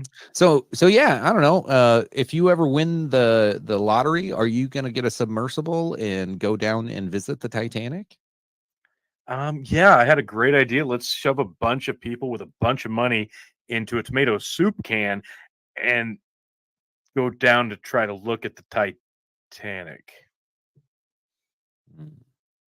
Doesn't that sound like a good idea? Yeah. No, That's that was a fucking stupid idea. no. Fucking stupid. This is my I like for those who don't know. Yeah, a bunch of wealthy assholes went down on a mini submarine and didn't make it. Yeah, It was like the perished story of the year last year. Everybody was obsessed with this goddamn thing. Yeah, and everybody was like, "Oh, they're gonna find him." No, they're not gonna find them because this was like an They heard instantaneous knocking. death. I'm like, Yeah, they died. they that day. didn't hear knocking. That wasn't No, knocking. that was their brain losing oxygen. No, they were done very, very quickly. That was it. This is real. I will still never understand this because you're talking about a bunch of people with money and means. Why couldn't they do something more large scale if they really wanted to do this? Why did they all have to cram into a sardine can? Yeah, and when they got into it, didn't there should have been I don't know, maybe just my instinct. I don't know. I'm a little claustrophobic anyway. I would have looked at it and been like, never mind. Yeah, no shit. Just keep my money. I'm not getting in that fucking thing. That looks terrifying. It's like the pictures and the videos that they had of prior trips. I'm like, and then the prior videos that they had of them at depth, and you can hear the you can hear the whole thing's under so much pressure and making weird noises. I've been like, oh no, we're gonna die. Yeah. No, I can't believe anybody of no. wealth looked at that and went, "This is a great idea." Just proves that rich this people are fucking stupid too. Yeah, this was June of 2023. The Titan submersible, operated by tourism and expedition company OceanGate, imploded during an expedition to view the wreck of the Titanic in the North Atlantic Ocean off the coast of Newfoundland. On board the submersible were Stockton Rush, he's the CEO of OceanGate, Paul Henry Nargiliote, French deep sea explorer and Titanic expert, Hamish Harding, British businessman, Shahzada Dawood, a Pakistani British businessman, and Dawood's son. No, Suleiman. Shahzada. I don't know. Shahzada.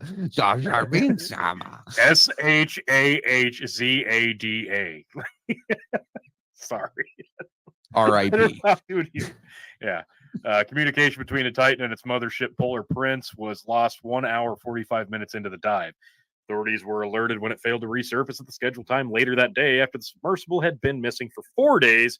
Remotely operated underwater vehicle discovered debris, big shock, containing parts of the Titan about 500 meters from the bow of the Titanic. Search area was informed.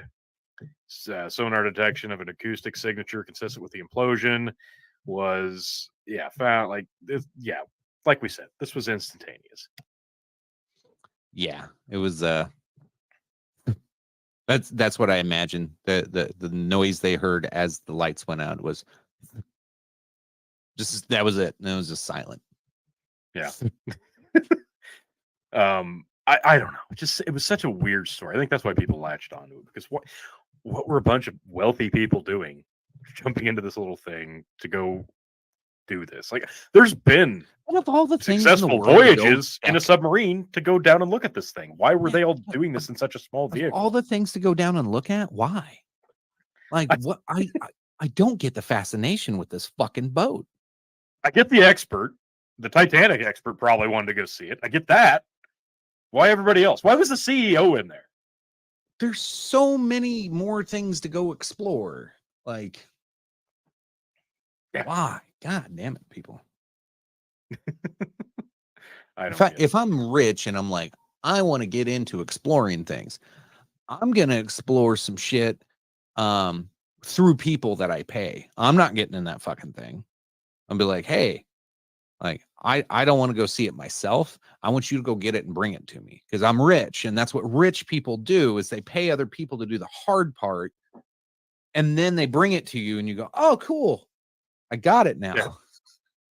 That's the point of being rich, so you don't have to do shit. I thought you didn't have to do maybe shit I just yourself. don't have the spirit of it, but God, I'm like, I don't know. That's the you're point an of having asshole. fucking money, you assholes. Let other people die in your stead. Yeah, I don't fucking get it. One thing we didn't talk about was there's actually a book that was written called Futility.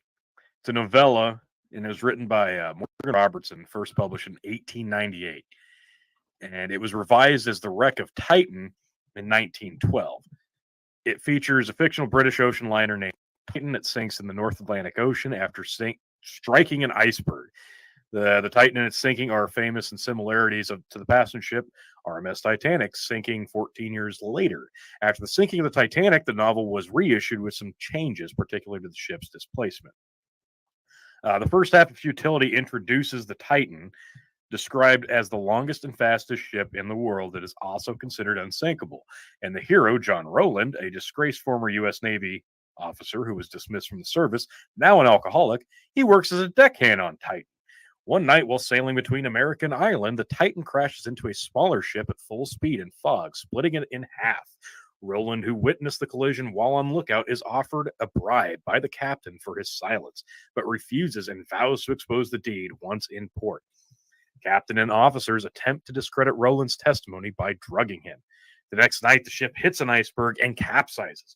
Only 13 people survive. Rowland saves the young daughter of a former lover by jumping into the iceberg with her.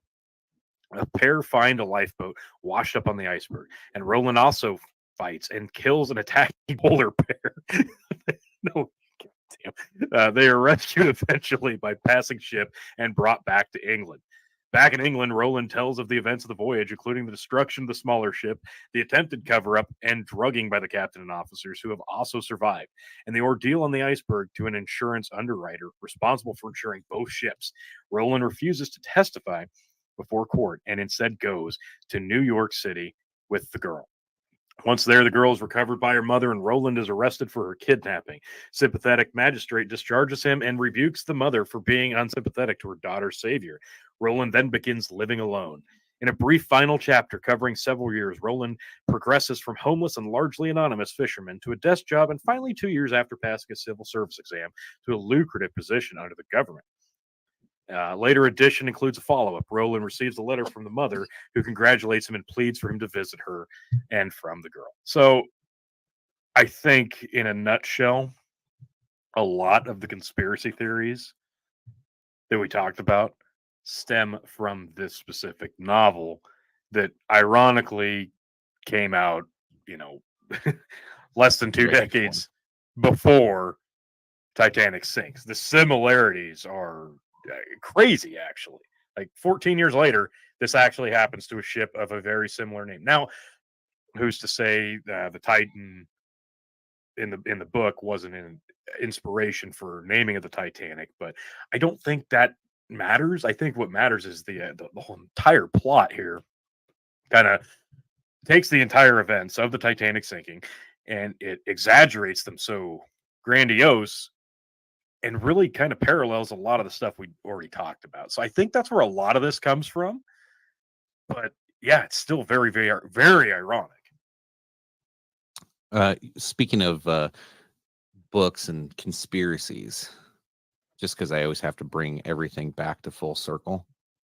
19th century publication and reception. Lockwood published the first novel, Travels and Adventures of Little Baron Trump and His Wonderful Dog Bulger, in 1889. And its sequel, Baron Trump's Marvelous Underground Journey, in 1893. The novels recount the adventures of the German boy Wilhelm Heinrich Sebastian von Trump, who goes by Baron Trump, as he discovers weird underground civilizations, offends the natives, flees from his entanglements with local women, and repeats this pattern until arriving back home at Castle Trump. Yes, this is a real book essentially of it. Did you like? This is the greatest part of it. Is he discovers weird underground civilizations, offends the natives, flees from entanglements with local women, and repeats this pattern until he gets back to Castle Trump, like Trump Tower. Like, it's fucking. You couldn't have fucking wrote that any better. Like, oh my god. I like how you were able to connect it all the way back to the History Channel, bringing up QAnon. Yep. It's beautiful. That's fantastic. It's beautiful. It's not about Donald Trump. It's about Baron Trump. We are just getting into this shit. We're gonna see what Baron does here in about 20 years. Oh God, he's a time traveler. Well, at least I'm just glad that there's a collection of stories to help guide us through that foretell the future. That's outstanding. That's so lucky. It is. It is absolutely lucky. I don't know. Hopefully tonight y'all learned something or you had some fun. Let us know in the comments. Make sure you do all the things to help support the show and help us out. Check us out everywhere. Join us on live streams, all that good stuff. But yeah, no, this was kind of fun. I know we had to go through and get this one. We got out more of the coming, way. folks. Don't worry. Ultimately, what do I think happened and what Tony think happened? I do think JP Morgan had something at foot here. I'm not making accusations, but I do not feel he is innocent in any way, shape, or form. I do feel there's, and maybe I'm wrong, but it seems like JP Morgan knew something was going to happen or knew that he should not be there, and probably somehow, some way, nefariously made some money off of this, and whether three people that may have been competitors or not, or friends or foes or not, I don't think it was a big thing for the central government or for central banking necessarily, because that was going to happen with or without this.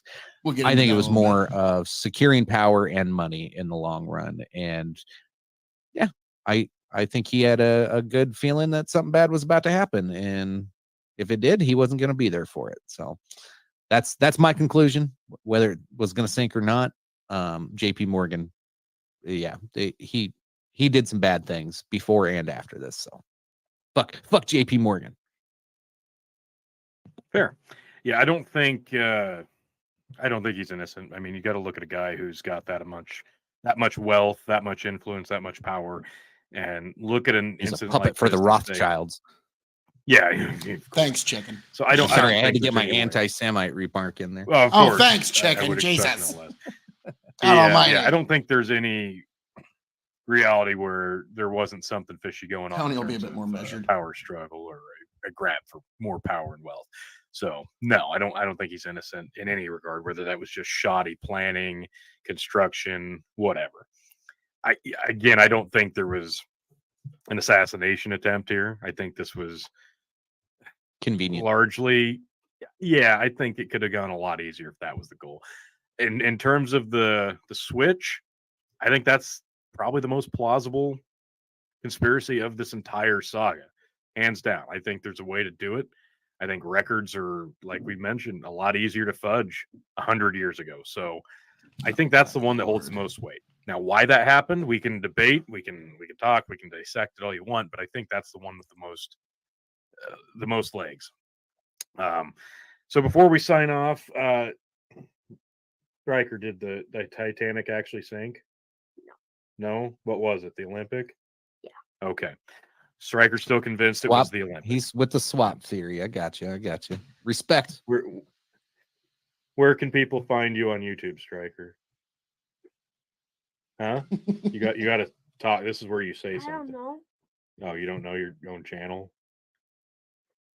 That's Stryker G on YouTube if you want to check out his shenanigans and fun. So there you go. There's his cameo, and yeah, it's a lot of fun. Share with the kids. Like, share, subscribe. Stryker G on YouTube. I'm getting joked. Ah.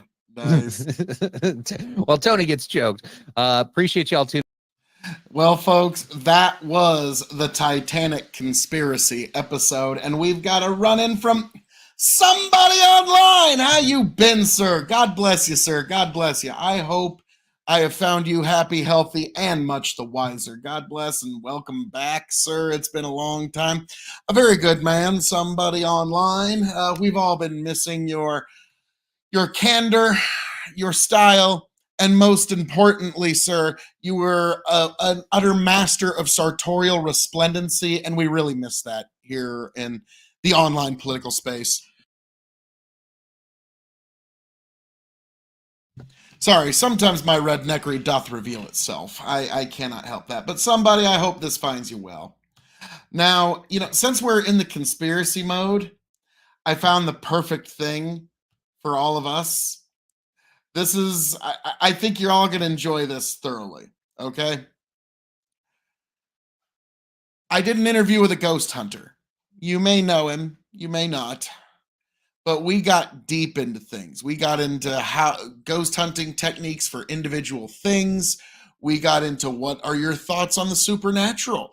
It got pretty deep. So since we went there with Titanic conspiracies, I think we're going a little deeper here.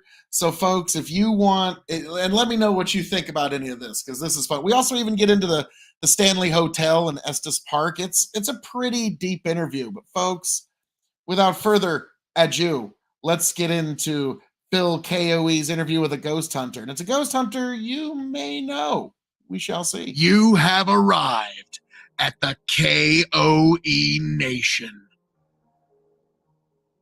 I am your King of Extreme, Phil K.O.E., the man of the hour, the man with the power, the man that makes you the podcast cower. You can, of course, find me right here at Big Buckin' Empire on YouTube and Facebook, Hazard Analysis on YouTube, and, of course, K.O.E. Nation on YouTube, TikTok, Twitch, and Twitter. And I am joined this evening by my indomitable broadcast partner, the one, the only, the 5, 10, 15-time Revolutionary Wrestling Podcast Champion, the non-copper friendly, the quadruple distilled, the non-chill filtered, Tony fucking G. Find me on TikTok /Tony the Rod, at Tony the Rod on the TikTok. Yeah, that's pretty much that. And we're starting out this pre-recorded, God forbid, holy shit. Yeah, just throw the babies in the air, cancel your credit cards, default on your mortgage, and just cry yourself to sleep. Recorded episode of. I don't know if you should do all those things. No, just do, because apparently that's the only thing you can do when we are not live, is just cry about it and cry more. I mean, I get it. Your life is tumult and chaos without live interaction with us, but here we are anyway for the Dog and Chicken Show, and we are literally here, Phil and Tony G, residents of Nebraska, at the Chicken Coop, which resides in South Dakota. Yep. And do you see fucking chicken of the chicken? No, he's outside being a cunt. Tony, you and I are denizens of the great state of Nebraska. Yes. And also, I want to tie this in as a twofer. You also are the head of the GRIP Paranormal Investigation Group. Is this correct? I am, yes. Yes. Now, I don't know how things are ranked in that particular world, but you seem to be the main driving force of GRIP Paranormal. Yes, that's fair. Now, as you know, as residents of Nebraska, I have been trying to get us on a hunt for the fabled Salt Witch of Nebraska. Right. So, if I may, I want to read real quick here just the very short account. It's literally 1, 2, 3, 4, 5, 6 paragraphs. It's 6 paragraphs. And as you bring it up, I not just a week ago did a 5-minute guest spot on a podcast called Meet the Elite Podcast. You can catch my 5-minute little episode on, I believe, Spotify. It's never really heard of it, never knew of it, but they contacted me and said, hey, come do a little spot on our show, Meet the Elite Podcast. Check it out on Spotify. Tony G. Will do. I think it's on there now. Moving on up in the world, T. Oh, oopsie daisies. Then there's that. Moving on up in the world, T. So, the reason I bring this up is because I would really like to get into that sometime because it fascinates me. Right. Not even because I particularly think we're going to find anything, but just because this is such an interesting piece of Native American lore that it needs to be documented, and to much greater extent, because this, what I'm about to read to you folks, is the only documentation. I want to specify that, that there's the distinct difference right out of the gate is we're not talking about, holy shit, my house is terrifying me. This is Native American lore. Yes. There's a distinct difference. Well, let me get into this. All right. The Salt Witch of the Nebraska Plains by Charles N. Skinner. In 1896, a pillar of snowy salt once stood on the Nebraska Plain, about 40 miles above the point where the Saline River flows into the Platte River, and white men used to hear of it as the Salt Witch. An Indian native tribe, was for a long time quartered at the junction of the river. It's a chief, a man of blood and muscle, in whom his people gloried, but so fierce withal that nobody made a companion of him except his wife, who alone could check his tigress rage. In truth, he loved her so well that on her death he became a recluse and shut himself within a lodge, refusing to see anybody. This mood endured with him so long that mutterings were heard in the tribe, and there was talk of choosing another chief. Some of this talk he must have heard, for one morning he emerged in war dress, and without a word to anyone strode across the plains to the westward. On returning a full month later, he was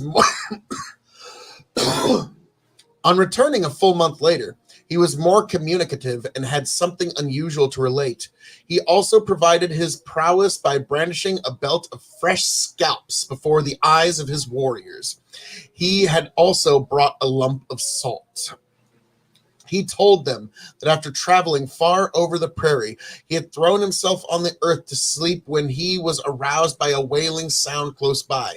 Then, in the light of a new moon, he saw a hideous old woman brandishing a tomahawk over the head of a younger one, who was kneeling, begging for mercy, and trying to shake off the grip from her throat.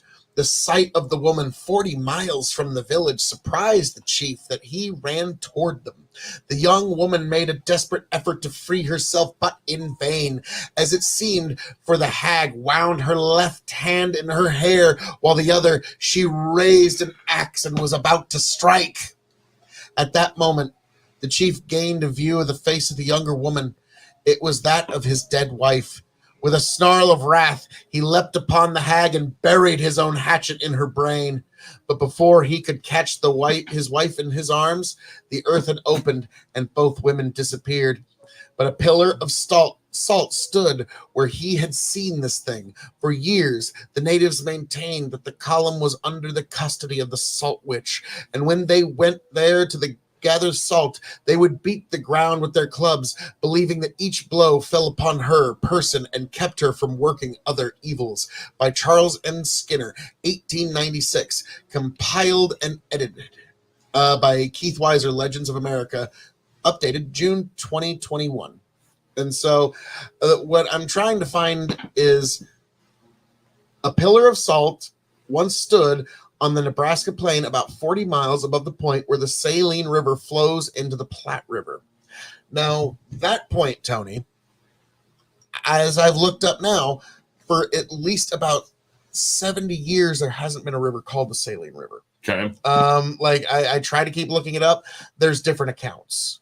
And so, luckily, my dad actually pointed out on the map, okay, from everything you're describing here, and from anything I remember when I was a kid, this is probably your Saline River. And he pointed out to me the actual river that's probably the old Saline River. Which is it?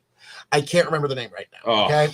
He actually marked it out on a map. So all I got to do is go find that map again. Okay. So it's not a big deal.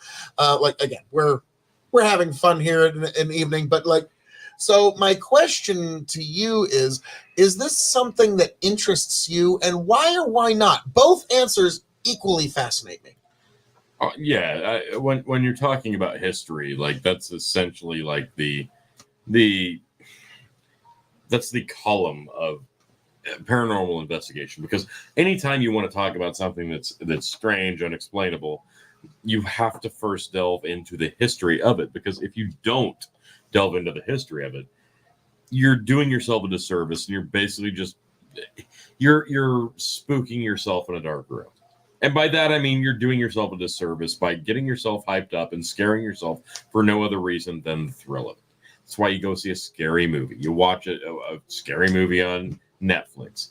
If you actually want to learn something and experience something, then you have to first delve into the history of it. You have to understand the lore of it. So in an instance like this, when you're talking about history, and let's be frank, a lot of folklore, which is what this is, because you can't specifically point to it on a map and find it specifically by getting directions. You have to make assumptions. You have to follow the lore. You have to search for it, in essence. So it's a different aspect of the field, but it's still interesting nonetheless. So there's a lot of folklore, regardless of what state you reside in. Like Nebraska has a lot, and a lot of it's bullshit.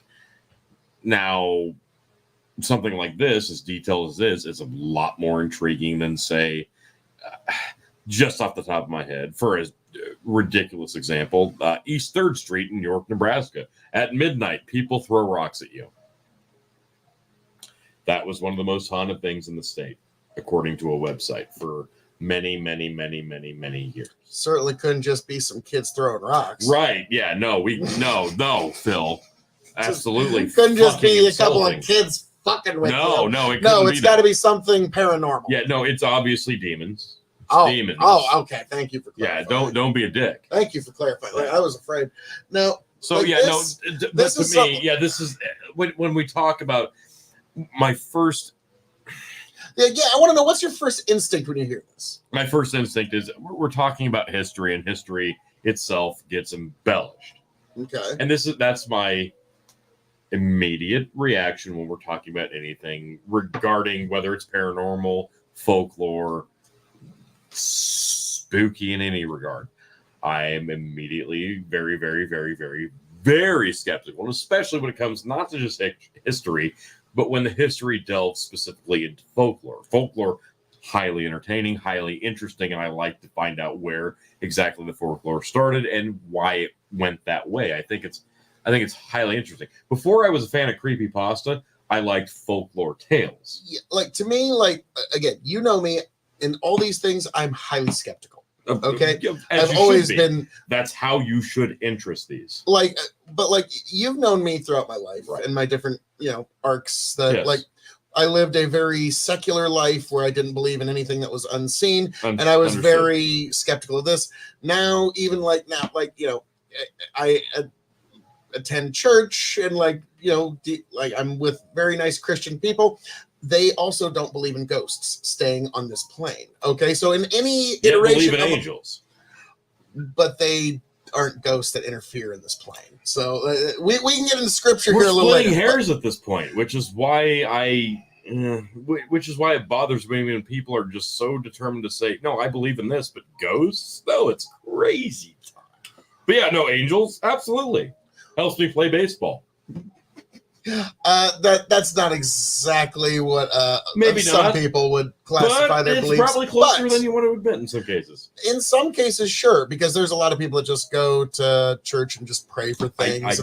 I want this bad thing to happen, this thing, and this good thing to happen. I literally know people who have said the words, "I don't believe in ghosts, but I do believe in angels." Yeah, at that point, you're splitting hairs, because you're still talking about an afterlife. But you're arguing the point of heaven versus. Well, no. What I'm saying is Christian theology teaches that your soul does not linger in this plane past death. Oh, because the Pope canceled purgatory. Well, no, that's also a Protestant belief as well. But we're still arguing heaven versus purgatory. Well, no, we're arguing passing on versus staying here, which is heaven versus purgatory. Well, no. Unless you're saying Earth is purgatory, because if you're the saying soul a ghost lingers on Earth, is that not purgatory? Concept alone. I could see where you're coming with that, but like I'm just saying if that's not purgatory. I'm just saying that's purgatory? not consistent with Christian theology, as I understand. If we understand it from the Christian theology, we're talking heaven versus hell. Heaven is paradise. Yeah. The kingdom. Now, actually, like hell is damnation. In between would literally be you are stuck in the soulless realm of where you cannot remain in the physical manner. Purgatory, you are on the physical plane, but not a physical being yourself. That is, as my understanding, purgatory. Okay. Now, before the Catholics canceled it. I was about to say, I was raised Catholic where purgatory was a very real thing when I was a kid. Okay. And literally when they said maybe not, like, I know people that like this was devastating because purgatory is as real to me as anything else was the exact quote that they would say. But like, as purgatory as I understood it was kind of like a blank third realm. That was it's waiting on a park bench. Like when Beetlejuice was waiting in that that room in the understand the Hollywood rendition. That's kind of like, well, not the like Tony. That's literally how tens of thousands of young Catholic children were instructed throughout the 90s. Okay, my understanding of the teachings and writings of purgatory is you are unfortunately sitting in limbo, literally waiting for the living embodiment of life. Unable to interact with it as you were before death, before you can either ascend or descend. That is my understanding. That is, and correct me if I'm wrong here, but the interpretation of many a religion. Well, purgatory is a specifically Catholic invention that, like, basically it solved a mechanical problem. Because I was thinking about this the other day in the tractor. Like, strange enough, purgatory specifically. Okay. And it solved a very big mechanical issue for Catholics in that what do we do about unbaptized babies and people who were good Christians? But we can't send babies to hell. But yes, or like people who were good Christians but maybe didn't adhere to every single Catholic doctrine or dogma, and didn't adhere to all the rituals strictly. What can we mechanically in our minds do about that? Well, we're not going to torture them. No, we can't send them to hell. But all right, we're getting a little off here because like what I'm talking about is like why I have my skepticisms. Right. But like going into this or any other hunt, like I'm not expecting to find anything for my own very defined reasons. The likelihood of finding a ghost and the likelihood of finding an angel is literally the same percentage. It's almost zero. Because that's not something that you're going to experience. Because I'm sorry, it's just the cold hard truth, the Hollywoodization of the paranormal field, and this started many, many, many years ago when the Sci-Fi Channel and the Travel Channel started picking up paranormal investigative shows, and they started dramatizing it. Oh yeah. TAPS, the Atlantic Paranormal Society, out of Northeastern. Oh, it started out actually fantastic. They did start out great because they had a great crew. They had an honest crew. It was scientifically based, and they're like, no, this is how we go about it. Like, we're going in very skeptical. And then it got very, very dramatized. And they're like, but they still tried to pretend it was very scientifically based. And instead, the Hollywoodization came in, took over. Things got bad. People had to leave the show because it got too kooky. And then people like Zach Baggins, you fucking pile of shit, piece of fuck you. I will fucking. All right. So. No, fuck you, Zach Baggins. Fuck you. Literally. Fair enough. That's fair. No, Ghost Adventures is the biggest crock of shit because that's what happened when Hollywood started dramatizing things. Because when ghost stories stopped being folklore and started being mainstream television, that's when everybody decided, I can do this. I'm not saying, oh, I got in on that before things were mainstream. I'm not going to pretend that. But I did my research. I tried to understand the field. I tried to go, how do people go about doing this before I go out and run around in the graveyard with a flashlight? Because that's embarrassing. But that's what people do because they don't understand the problem here. The problem here is if you want to investigate the paranormal, there's a ton of history into it. You have to get permission first and fucking foremost before you go out and do something stupid. And then go into it with an approach that's not, I'm going to find a ghost. Because if you go into a place that's dark and spooky thinking, I'm going to find a ghost, guess what? You're going to spook yourself into thinking, I just found a ghost. Yep. You have to have critical thinking and logical explanations running through your mind. And if you do not, your wildest imaginations are going to take over your understanding. And that's just how it is. 99% of the things that I have seen, which are, I will be honest, several things I have experienced personally have been pretty damn incredible, but they are explainable if you think about it. We'll get there eventually. What's the one I'm looking for? There we go. The one. Hey, you know, that's the one. The last one you look for. Always is. Because like I've got 3 questions that I will eventually want to get to. But I'm kind of interested like at this point of like the skepticism and how people kind of go about it the wrong way. Right. And so the way that I'm going to open this is I want to gauge like these 3 different ideas. They're all kind of in the same vein, but I would want to gauge somebody like you, like, A, what would your level of personal interest be in pursuing each of these? Okay. And then if, like, say you had somebody that was willing to just be a patron for it and like says, Tony G, I want you to go on this hunt and do everything you can within your power. I will fully fund it. Okay. Like, how would you go about preparing for it? No, I understand your approach to the question. So so we're gonna with it. The first one will be obviously the local salt witch. Okay. What would your level of interest be there? And then if some patron said, Tony, I'm just paying for it, get it done. How would you go about preparing for that? So when you specifically talk about something this, I don't want to say hard in the pain or extreme, but you are legitimately strictly talking about something that is strictly folklore. You cannot find it on a map. It is 100%, let's be frank, hearsay. It's not something that is provable by measure. It's not something that's in a history book. It's something that is passed down generation. And to me, frankly, honestly, it's more interesting because it's the interpretation over the decades, over the centuries. And I find that very, very fascinating. And that's a lot of the local legends and the local hunts that I've found to be very interesting. And I've always gone into those if I get a chance to investigate those as this is probably bullshit. But I've read so much about it. I've been interested by this for so many years. I want to see it for myself, even though I know this is not going to be something that's going to change my life. It's not going to expand my mind. When you're talking about folklore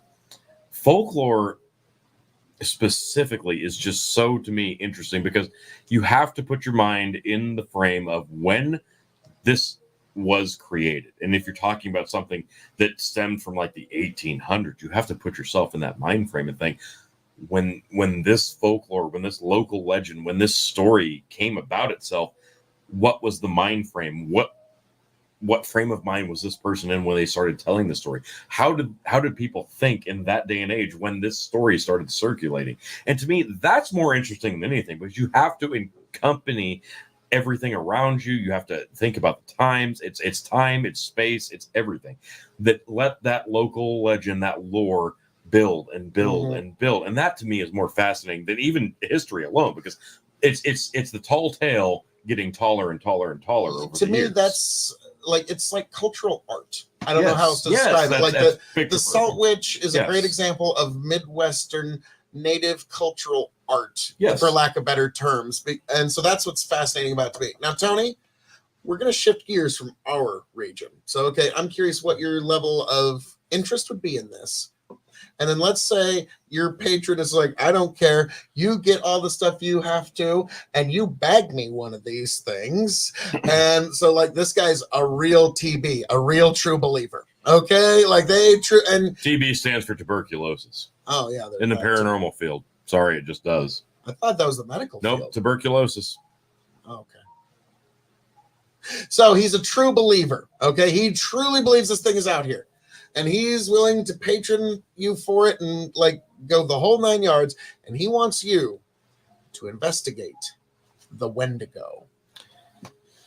Okay, so the Wendigo, you're talking specifically this is not local folklore, this is not local legend. This is kind of like the Rust Belt, Great Lakes area. Okay, so yeah. For lack of. Sure, okay, so yeah, you're talking northern eastern local legend, but this isn't that's not local folklore. You're mostly talking cryptozoology at this point, because this isn't oh my gosh, there's a ghost, there's a specter, there's a spirit, there's an angel, there's a demon. This is an unknown. That's why we're bringing the paranormal investigator in. This is an unknown entity that is a living, breathing organism. That's the difference between a ghost or a demon or a specter versus a being, a beast, a crazy, unknown, living, breathing animal. Cryptozoology is it's in the same realm, but it's not even remotely distinguishable from something that, when we think about it, we're thinking about cryptozoology. Let's compare it to ideally, let's say Bigfoot versus a ghost. Let's say the Loch Ness Monster versus a specter. It's not comparable, because we're talking about potentially one thing that lived at one point and died, and now it's the soul that lingers on the astral plane, on the purgatory plane, versus something that we've never cataloged on a organism base, because it's highly different. And when we're talking about something like, say, as old as time as the Loch Ness Monster versus something as more modern, let's be frank, as the Wendigo, which is a lot more reasonable, because we can really imagine that. And that's what it is. When you're talking about something like the Loch Ness Monster, that's something that's been passed on from eon and generation, decade to decade, specific to one location. Whereas like the Wendigo is more, you can picture this in your head and be much, much more frightened of it, which actually helps to add to the legend, internal legend folklore. It's not local folklore specifically, it's more internal, because it's all about the idea and the presence and the possibility of something like this existing. And you can create this in your own mind. And that's what makes it spooky and scary in one's own perception, because when you think about it, you're like, everything this being in this organism does is completely logical. This exists on a plane that we understand. This is completely realistic to think. We don't understand all the beings that exist in the world. But look at the ocean floor. When you investigate the deepest portions of the ocean, you think, we don't understand all the creatures that live on the bottom of the ocean, and we couldn't possibly, because we can't chart those. We can't understand the crazy conceptions that are on the bottom of the ocean. Like when we discover new life on the bottom of the ocean, it's mind-blowing to us, because how does this creature exist? And that's why when you look at something that exists on grass, on soil, on dirt, within our region of the United States, of the continent that we live on, that's what makes it scary. Because when we're talking about the ocean, it's like uncharted waters, depths that we'll never personally experience unless we are oceanographers. But when we're talking about just, my God, if we go out into the woods, we could experience a man-eating being that's never been recorded on film, picture, or any geographical book. That's what makes the concept terrifying to the human mind. Because let's be frank, do you think right now, the people that are listening to me, watching this right now, do you honestly think we have visibly, understandably charted all living organisms that live above the surface? And if you say yes, you're just wrong. That's not a concept that's realistic. I was about to say, there's an account in, I believe, is either the First or Second World War, where there was these folks in the military that were flying very low, and they saw this massive snake in Africa, which is like supposed to be like snakes should not get this big, extinct species, basically. Sure. And they like fly low to see, and they multiple like very honorable folks in the military who retired with honors. Multiple eyewitnesses said this giant snake actually snapped at their plane. It was so large. And so we have there's areas of the Congo that have not been explored. There's areas of Africa that no human foot has ever stepped foot. There's areas, believe it or not, despite how densely populated it is, China, that there's areas that we haven't actually explored. None that are charted that we can actually confirm that we've stepped foot on as a species of man. Yeah, within our understanding. To be frank, let's put it at about 50,000 years. What I would call, I know evolutionarily speaking, it goes back further, but I call modern man about 50,000 years ago to today. Fair. And our modern footsteps have never stepped foot in most of these places. So there's definitely more species that we don't know of and can account of. So that's one. So what would your level of interest be for something like that? So when we're talking strictly cryptozoology, it's is that, I don't know, is that not exactly your specialty, but it's something that if you had to, you could dabble. So is that a fair characterization? Or? Yeah, it's a fair characterization. But to be frank, just to give complete clarification, when I was a young child, let's say 5, 6, 7, 8, that age range, you remember when the local library in our small town expanded from the small portion that it was into the large building that it is now. Do you remember that expansion process? Yes. Okay. So when that happened specifically, I remember very, very, very vividly before that process and expansion happened, there was a section on the left side. When you walk straight in, there was the desk where the librarian sat. And on the left, on the very end bookcase, you could find not science fiction, but it was an entire section of crypto, ghosts, aliens, and all the sort.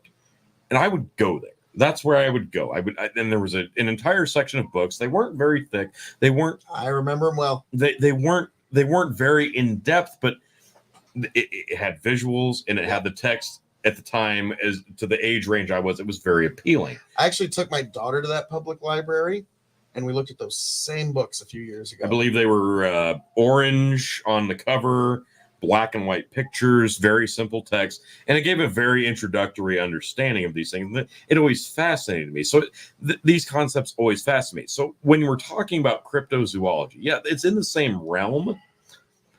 But if you're talking about me as somebody who's been investigating the paranormal since 2011, and I've never once gone on a specific crypto case, it's example, the only one that you can truly give that would be realistic would be somebody who hunts Bigfoot. That's what they do. That's the best example of crypto I can give. It's a very, very different thing because you do 100% expect to come back with physical evidence. When you're investigating the paranormal, you do not, and you should not, expect to come back with physical evidence because we're not talking about physical realm. With crypto, yes, you are talking, the goal is specifically physical, visible, organismal, proof of an entity that exists on the real plane of something that we have never charted before. So it's highly interesting, highly sought after. And it's very interesting. It's not something I've personally embarked on myself, but yeah, when you're blending those two things like you're talking about here, we're talking about a witch versus crypto, and could it exist on the same plane? Absolutely, because there's no given understanding of that. But when we're talking about a ghost versus the Loch Ness Monster, it's not even remotely the same thing. It's just not. Okay. Now, that kind of answers what was going to be the third question, but now I've altered it because the third question was, and it sounds like it's going to be more or less the same. What would you do in preparation for an investigation of the Skinwalker? Okay. In the American Southwest, but I'll get an abbreviated answer on that, and then we'll. All right, so Tony, the Skinwalker. So I have my basic concept understanding of the Skinwalker, but let's be frank, this is more of an SCP creepypasta type concept. It's not. This is more modern writing than it is local folklore. No. The Skinwalker is very old Southwest native you have to break a very big taboo in order to become which is why this is more like witchcraft, voodoo, getting into the realm of now I don't think there's skinwalkers are real. I'm gonna be frank, but this is a story. That's the modern interpretation of it though, because there is local folklore there. You have to skin an animal to turn into it.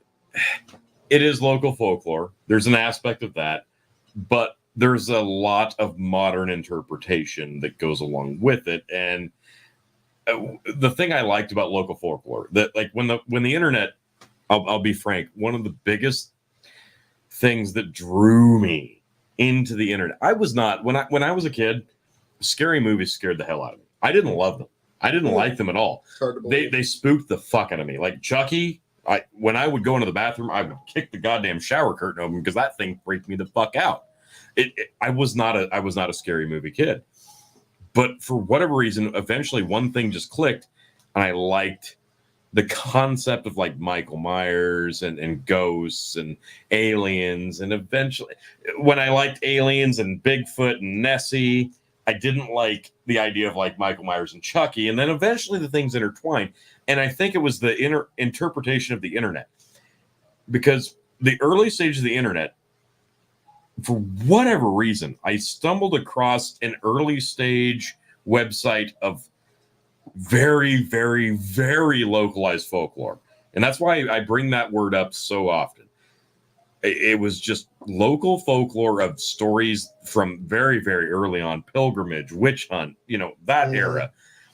And I found them so fascinating. Some were extraordinary, ridiculous, and some are just that's so detailed, it's believable.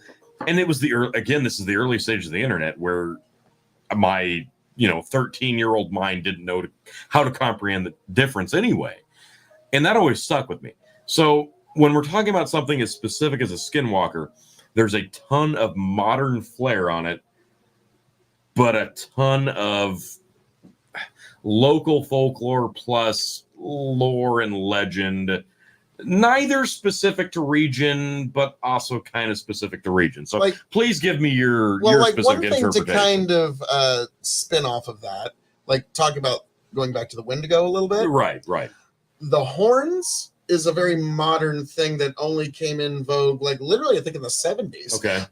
When some fictional interpretations showed a Wendigo with horns just because it was more dramatic. Mm-hmm. Now, normally it's somebody that's very gaunt, their eyes are sunken, and it's a metaphor for not turning to cannibalism in very, very bad climates where there's a lot of cold. And to me, it's kind of the psychological tale of, if you do this, if you commit this sin, if you commit this taboo, you will become the Wendigo. But when you say specifically Wendigo, we're still, this is where the gray area begins, because you are still talking about an organismal being versus something in this moment, I'm talking about the Wendigo kind of a cultural idea, kind of almost like an evil Santa Claus. You've kind of got to explain what the Wendigo, because it's specific. For those who don't know, the Wendigo is a native spirit in the sort of Great Lakes region, which to me always served as a cautionary tale for people that even if times turn truly bad, do not turn to cannibalism, because it will corrupt your spirit. It will corrupt your soul. It will, in a way, turn you into a Wendigo. And there actually was it a deterrent for people to just not be the most animalistic? Yes.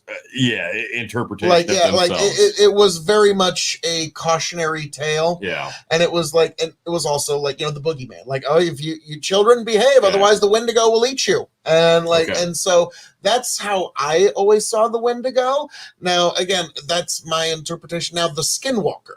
Yeah. The Skinwalker, as I know, the difference between the two. The Wendigo, think of it more like a werewolf in that it doesn't have a lot of higher brain functions. It has some levels of intelligence, but not a lot. It's kind of it's a thing that cannot be reasoned with. Okay, its hunger is insatiable.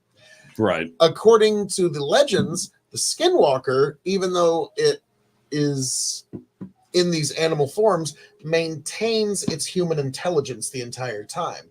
which makes it a fascinating thing to that's not a bad one. Which makes it a fascinating thing to consider. Now, again, this is all just like you said, folklore, but like from everything I've ever heard, everything I've ever read, and old family tales, which I have some family from the American Southwest. I have some native ancestry from my grandmother's side. She was half Greek, half Hispanic native.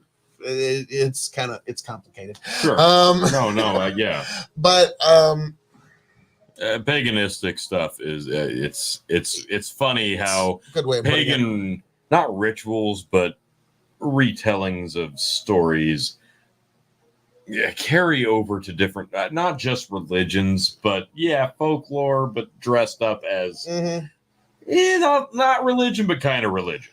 Yeah, that's now like one of the things that it's kind of, it takes on a pseudo-religious quality. But one thing I was always told about the Skinwalker is that it's somebody that has committed one of the most heinous taboos against one of their own family, and which the is Skinwalker is still something that lives amongst the living. It's not dead. It's not a ghost. It's allegedly a human that gained a tremendous amount of power through committing the awful taboo of either murdering or graping one of their own family members, and then now cursed with their existence, a horrible existence with that power. That kind of depends on which tribal, like some will say like it's just purely like the villain of the story, right. And for some, like there's this weird arc. It's the point of ascension you could not possibly imagine to attain. I wouldn't quite go that far, but maybe not as. It's tremendous. Always the Skinwalker is always a heel, okay? In all theology is always a heel. That's what I'm getting at. It's a bad guy. But like in order to change into whatever animal it wants to, it has to first capture and then skin it ritualistically, which is why no Skinwalkers ever change into like a bear or like something like that, because that's a little difficult to change into. So in terms of specifically the coyotes, on the other hand, most Skinwalkers are known like the animal that they're most associated with is the coyote. Okay, so we're still talking about something within the realm of it's highly susceptible to something on the food chain that is well respected in terms. Jesus, the bear, which is very high in the food chain. Let's be frank, the human being, unless it has the proper tools, is going to get absolutely manhandled by the bear or bear. So we're still even in cryptozoology talking about something that is highly susceptible to even a human being. Let's be frank, because when it comes to cryptozoology and when it comes to the food chain of the understood human ladder, where we rank, a human being versus a bear, for example, stands absolutely no chance whatsoever unless it's Phil K.O.E. I was going to switch cameras, but no. No, the understanding is no, the human being in a physical altercation stands no chance versus the bear. But from an IQ standpoint, if the human being has access to the proper tools and environment... Basically, if he's got Batman prep time. Batman prep time, that's completely different. That's not even close. But so it's about the IQ. I understand some of your trepidation. You're like, so Phil, what you're telling me here is the Skinwalker here has less magical power than a brown bear.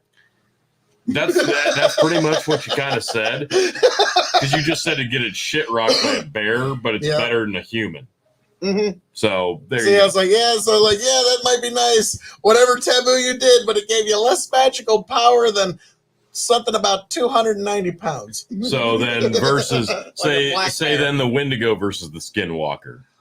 Ooh, that one's tough because now this is purely just fantasy, Royal Rumble. Fantasy booking, we're total skeptics. Okay, the Skinwalker has the intelligence factor, but Wendigo is just so overwhelming. And also, to the native legends, the more they would eat, the larger they would grow, because that way they would never be satisfied. They would never be satiated. So the mass does take an interpretation here, where eventually it could be much more mass based than a bear.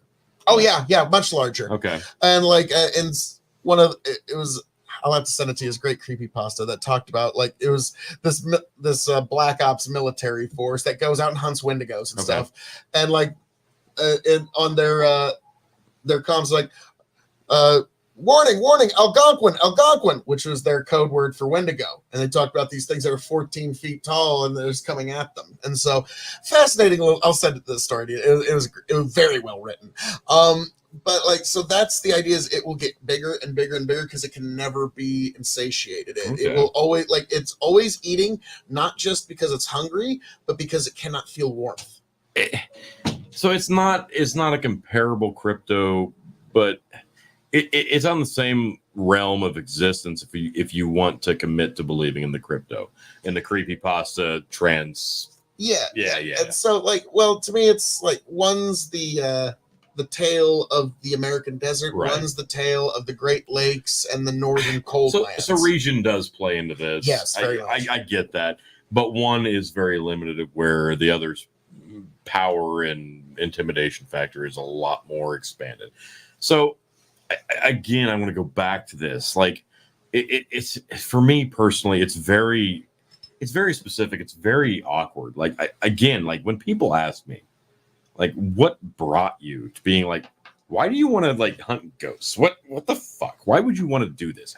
Again, it was the basic concept of a handful of books that I found in the library that I found very, very, very fascinating. The concept of what's above, out there in the realm of space that we can't possibly chart or imagine, what exists on an astral plane already on this earth that we can't possibly imagine, and in another dimension. What cryptoids are there out there that we have not charted? Like, those are the things that fascinate me, because we go about our daily business and our daily lives going, there are things that are absolutely absurd, that we think that's ridiculous. Yet at one time, most things were ridiculous until they weren't. And that's kind of always been my driving force. Like, most of the stuff I've seen, that I've experienced, the cases that I've gone on, the ghost hunts that I've experienced, it's mostly explainable. But what the fuck if I happen to be one of those people in those instances that's just super damn lucky to happen to find that one little itty bitty piece of footage that expands the concept of what we understand as the astral plane, the celestial being, the other dimension, the ghost realm, the afterlife, if you will. And I get to not only capture that on evidence, but experience it firsthand. I'd be a fool not to want to try to be there, be the person that catches that. Again, 99% of the time, that's just not going to happen because I'm a realist. But Jesus, what the fuck if? Now that's fascinating, because I thought your answer for the Wendigo was just going to be like a ditto, or your answer for the Skinwalker was just going to be a ditto for your Wendigo answer. But no, there was a lot more depth to that. So that was fascinating. Now, we're going to shift gears slightly, because I think this is getting back into your expertise here. This is my third question here. This is a little bit closer to our region and something that I've wanted to do for a long time. The Stanley Hotel in Estes Park, Colorado. Yes. Okay. Like, now it's famous place. Highly, I mean, The Shining, wasn't that where they filmed The Shining? So, am I off on that? No, I think that's where it was. So the Stanley Hotel in Estes Park, Colorado was the concept of Stanley Kubrick's The Shining, but it was not filmed in Estes Park. The TV movie-ish, which starred not Joe from Wings, but his brother, for the TV made-for-movie version of The Shining, was actually filmed on location at the Stanley Hotel. But that does not disqualify, because the Stanley Hotel has an absolute ton of history. It does. I don't think the maze scene either was filmed there, but the concept transcends. I've talked to a lot of people that have visited the Stanley. I know many people very, very close to me who have visited there, who've driven by there, who've toured there. It's a place that I've always wanted to go. And again, I bring back up Ghost Hunters on the Sci-Fi Channel, the first iteration of real paranormal investigation that I really got to watch and understand their process. They've done live investigations on TV of the Stanley more than once. And it's, I'm sorry, it's one of those things where I'm like, be honest. Everybody kind of just killed it for me. It's architecturally speaking, I would love to go to this building. I've been there one time years ago. Now, my family for years has gone to Estes Park, Colorado for vacations. Like when I was, I think the first time I went, I was maybe 7. Okay. And the last time I went with our family on a trip, I think was 16. Okay. And so it was a nice long, and it was almost every year. I think 20-ish years ago. Yeah. But I've gone with my daughter a few times and taken her, and she loved it. Took her to the same taffy shop, the same, all that stuff. My mother always refused to stay at the Stanley. But she finally, one time she had to go up there because we've actually got some family not too far off and had to do something for them. And we actually went into the Stanley to just go to the bar to get a drink. Just because I just want to see this place. I just started walking around. Oh, yeah. That's unfortunately, it's if you want to start walking too deep, you got to pay for the tour. Okay, like that was, and my mom didn't want to stick around for the tour. Understandable. Yeah. And she hates paranormal stuff, and she didn't want to do it. Like, that's basically Satan as far as she's concerned. Fine. That's fair. Get it. And so, but beautiful building. Oh my God, it's like that's half the fun. Like it's what you imagine, like Gotham City. Like you remember the Val Kilmer Gotham City or the George Clooney Gotham City, and like what you would imagine the insides of the buildings to look like. Yes, that's what the Stanley looks like. Okay. Yes, and that's a big part of it. Like when Chicken and I first founded Grip, it wasn't like, okay, sure, yeah, a big part of it is I want to find me some fucking ghosts. That sounds great. But another portion of it, the first case he and I went on, literally, this is the story. This is how this went down. We talked about this for years. Like, we should do this. We should do this. We should do this. And one day, he sends me a text message. I can't believe we haven't done this yet. And I went, yeah, I can't believe we haven't done this yet either. I get nothing in response for about 10 minutes. And then 11 minutes later, we're doing this. This is the date. This is where we're going. This is it. I went, what? What? Wait, what? And triple what? And in the 10 minutes, we traded like 2 text messages. He had contacted the curator of a historical society in a small-ish town in Nebraska who happened to live in a plantation-style home outside of a small-ish, large-ish town, who'd lived there in their youth, who'd moved away out of state, and who moved back and lived there currently.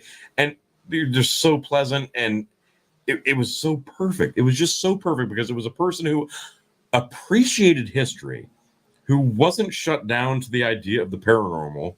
And it was perfect. It was just so perfect. It was just the two of us, and it was a very intimate meeting. And we got to talk about it. And it was all the concepts that I'd understood about the paranormal up until that point before I actually got to go out and do it myself.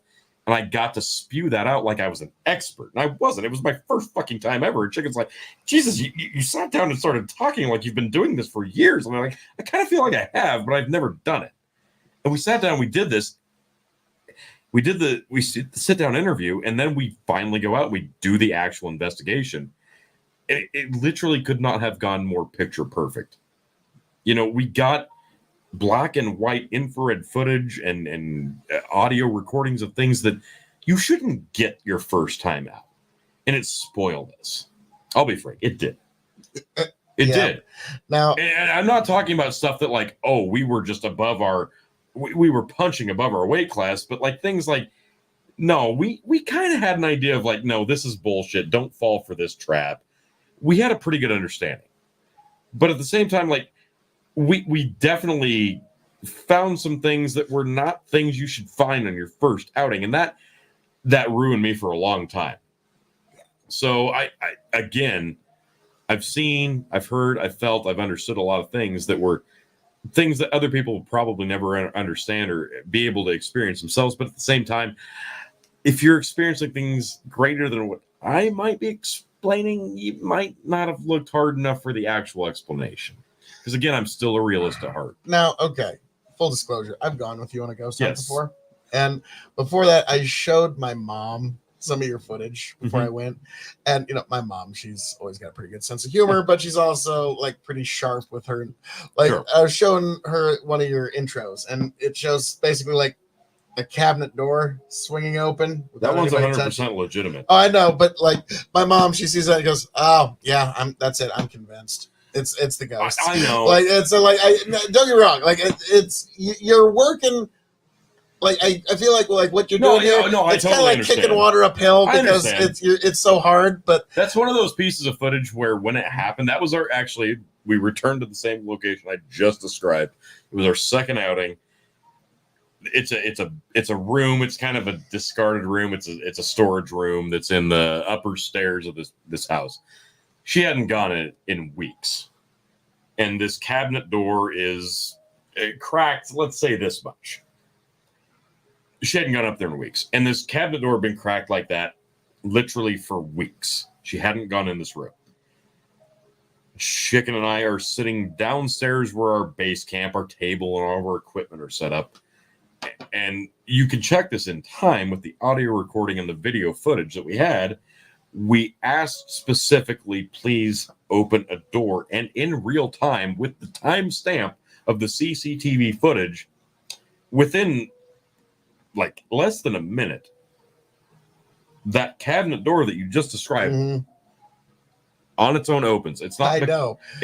I know it sounds completely ludicrous, and even myself, like I'm looking at it to this day, and I'm like, obviously, we caused a wind gust to fuck with this and make it open. We had to have done this, but again, it sat like that for weeks, and we tried to instigate a response. And that specifically for me, when we're talking about the paranormal, if you can get something to respond to you, if you can instigate something to give you back to what you want, if you ask specifically for something, knocks, taps, interaction, that's when it goes from being I'm reaching, and that's when it starts delving into actual, I don't like using the word evidence, but it's a lot closer to evidence than people going, my God, I feel like I'm being possessed. Yeah, that like that is kind of one of the big problems is like I've been on a hunt with you before because like it was during COVID and everybody dropped out. And yep. What's going on there? Okay, all right. But yeah, I went with you on a hunt during COVID. Everybody dropped out. It was one of those. Yeah, we had a couple of people drop out, and I'm like, Phil, I'd love you to go with us one time. And I was like, I kind of felt like I was just being a good friend. Okay, I'm gonna be honest. Like, oh boy, I just want you to experience. Everybody dropped out on the ghost hunt. Now, what I'm gonna say is, I understand why it happens because, because. Well done. I figured you were going to lose a tooth over that one. Fake anyway. The temptation to play along on a ghost hunt is easy. Obscenely high because, like, all right, Tony. Yes. I don't know. Like my grandmother years ago took me to the play of Peter Pan. Right. Don't know why that still froze. Yeah, let's just keep here. But like my grandmother took me to the play of Peter Pan. And if you ever go to the physical play, which you need to sometime, there's this one beautiful moment where Tinkerbell through the whole play is just portrayed as this little light, just this little bright shining light on on the just stage. A floating orb. Yeah. And then there's this moment where the light starts to get dimmer and dimmer and dimmer. And then I think it's Peter Pan or maybe the narrator comes out and says, we need you, the audience, and especially the children to say, I believe in fairies. And that's the only thing that can say, and you, the audience, to say, I believe in fairies. I believe in fairies. And the light gets bright. And there is such a gravitational pull to want to believe in these things, which is why it's so like. Even that's why it works. Yeah, like I found myself like not being mean to the one girl who was thinking a demon was in the world. Like it's like I like in my mind I'm thinking. You're getting caught up in the moment. But like I felt not like I'm not gonna be mean to her, but dude, you're unfortunately that's 100% accurate because the people that want to go out and do this want to experience something so badly that they're going to be easily convinced, and that's again why I stress this. Understand what you're getting yourself into. Understand what you have to bring along with you, and understand the mind frame that you have to have when you go to do this. Because I've never, ever, ever, ever once, in the 50 cases I've done, over the multiple locations that I've experienced, gone in going, I'm going to find me a fucking ghost tonight. Because you just can't do that. And if you do that, guess what? You're going to find a ghost.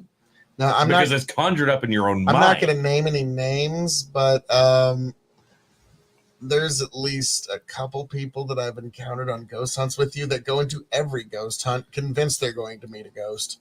And you're not going to be able to change themselves people's that mind. they have. Right. Like, and you're not going to be able to change people's mind on this because that, unfortunately, is just how the human mind operates. Like, and unfortunately, when you're talking about things like ghosts, the concept is the afterlife.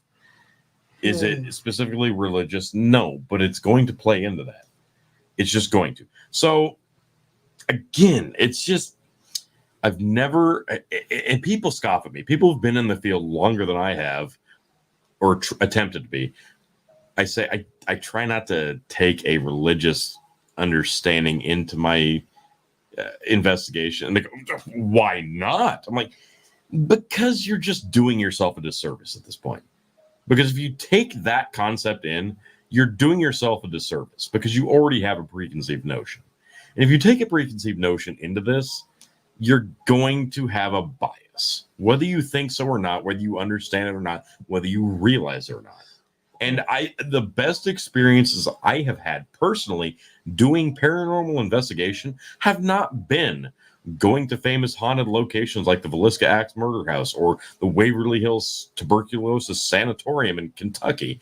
It's been doing private residences in small town rural Nebraska or wherever with people who are actually literally scared to exist in their home, who've contacted me specifically and said, I heard that you can help me. And I'm like, I'll do my best. And we've gone into their home as guests, invited because they're scared, and gone, I don't know what's going on in my home. And here's what happened. We were able to put the pieces of the puzzle together and figure out, logically speaking, completely explainable, why they were feeling uneasy, why they felt scared in their home, and told them, look, the ground wiring in your furnace room was bad and it made you paranoid because high frequencies of this, or your AC was running at such a reverberation that, believe it or not, if it runs at a specific frequency, can make you hallucinate. These are real phenomenon that happen and are physically explainable. And when you can actually do that and tell somebody, no, you're not actually crazy, and it may not be the answer that you wanted, but you're going to be able to sleep in your house tonight without having to be completely freaked out. That's more rewarding to me than finding somebody running around on a sheet in the fucking halls of a jail. Tony, I'm going to leave it with this one last question here, because this is a central question. Because you seem to be trying to apply, when you say I'm not getting into a religious interpretation, so you seem to be trying to apply the scientific method of thesis, hypothesis, and repeatable testing to the paranormal. Yes. With all of your investigations and with all of that being in consideration, would it not be reasonable to come to the conclusion that this is not true? That what's not true? The paranormal. Oh, no, 1,000,000%. Yes, absolutely. because the idea and the concept of the paranormal at its core, you cannot sit here and tell me that it's not based off of local folklore, witchcraft, ghost stories, and the like. It's just going to stem from that, because the greatest story ever told is one that the human mind cannot conceptually understand. That's why stories snowball. That's why local folklore takes on lives of their own. That's why they grow. That's why they get bigger. That's why they survive decades and decades and decades, because they're so tremendous and intriguing. From a scientific approach, like again, like I liked the Nessie, the Loch Ness Monster books, going to the library. And as the decades and years fell off the calendar, the idea of a dinosaur in the Scotland Loch came more and more and more ridiculous, because no, this logistically speaking is ridiculous. But the concept of like aliens and not technically ghosts, but something on a different plane, that you can't necessarily disprove, just like you can't disprove something on the religious scale. Just because you don't see it doesn't mean it doesn't exist, right? The same concept applies. So, of course, it could be absolutely this doesn't exist. And more times than not, I'm going this probably doesn't exist. The claims that you're making, I'm not telling you it's bullshit, but I'm going to believe what you're saying, and I'm going to try to find the answer as to why, and I'm going to try to find the answer of how before you've concluded the why. Interesting. Well, T, that is a very fascinating little glimpse into the world of grip. That from the past and some of your perspectives, I'm curious. Other than obviously the Salt Witch investigation, Indeed. other than obviously going to the Stanley, is there anything that's kind of piquing your interest that you'd like to get into? Now, I know it's like, especially in this economy and in everything in the world, it's really hard to get all like with grip. I've noticed a lot of clocks need to strike the same hour at the same time. True. Yeah. And well, that's just any day or age, of life. Yeah. So I'm curious, is there anything that like you definitely want to, like, I want to investigate this before I'm too old that my knees won't let me do it when I'm in my 60s or 70s? So some of the big ones that I've wanted to do, I've done the Villisca Axe Murder House 3 times now, which is just I'll be frank, it's location close by in Nebraska. I'm lucky enough to be able to have done that so many times. It's an incredible place. It's very nerve ending the first time, but once you're used to it, you kind of get it. And the history is so spine chillingly terrorizing. That's a great location, even though it's not. I'll save my personal biases, whatever, but great location. The Waverly Hills Sanatorium in Louisville, Kentucky was on my bucket list to visit, regardless of what I did. I wanted to see it. I got to experience it. I got to experience the building itself and the architecture, and it's so large, and the history is so big, and the deaths over the course of tuberculosis in the thousands. It's incredible. It's ridiculous. It's terrifying. That was one of those places I always wanted to see, and I got to do that. And it didn't intimidate me because I'd done this for so long. I thought it would, and it just didn't. I was just, get me the fuck in this building so I can experience this. There's other places like the Winchester Mystery House, I believe in some region of California. Yeah, I've heard a lot about the story is the widow that built this house she lost her mind and she started building staircases. Nowhere there was always a construction crew on site to build and build and build onto the house, because she just got, as the ghosts would follow her around room to room, if they just kept building onto the house, it would confuse the ghosts. It's apparently a very interesting location. The Lizzie Borden house in the Northeast is supposed to be very interesting. Love to see that. A lot of great places in the Southwest. As well as the Southeast, Louisiana, especially. Ooh, a lot Louisiana. Of voodoo. Yes. There's a lot of great places. There's, internationally speaking, a lot of great places as well. But you have to go into these places with a certain level of confidence. And eventually you get that. Because whether you believe in it or not, you think it's all bullshit. Once you're actually looking at it, you're there. And it's big. And it's right in front of you. And you're like, oh yeah, everything I've read about this, everything I've been told about this, everything I've watched about this, I think it's all bullshit. But now it's right in front of me. Even if I think it's only like a 0.005 chance that there might be something there. What if that's that? And now I'm about to walk into this shit. It's still pretty fucking intimidating whether you want to admit it or not. So you just got to remember to keep your fucking head about you and not let yourself delve into the mind of madness, which a lot of people unfortunately do.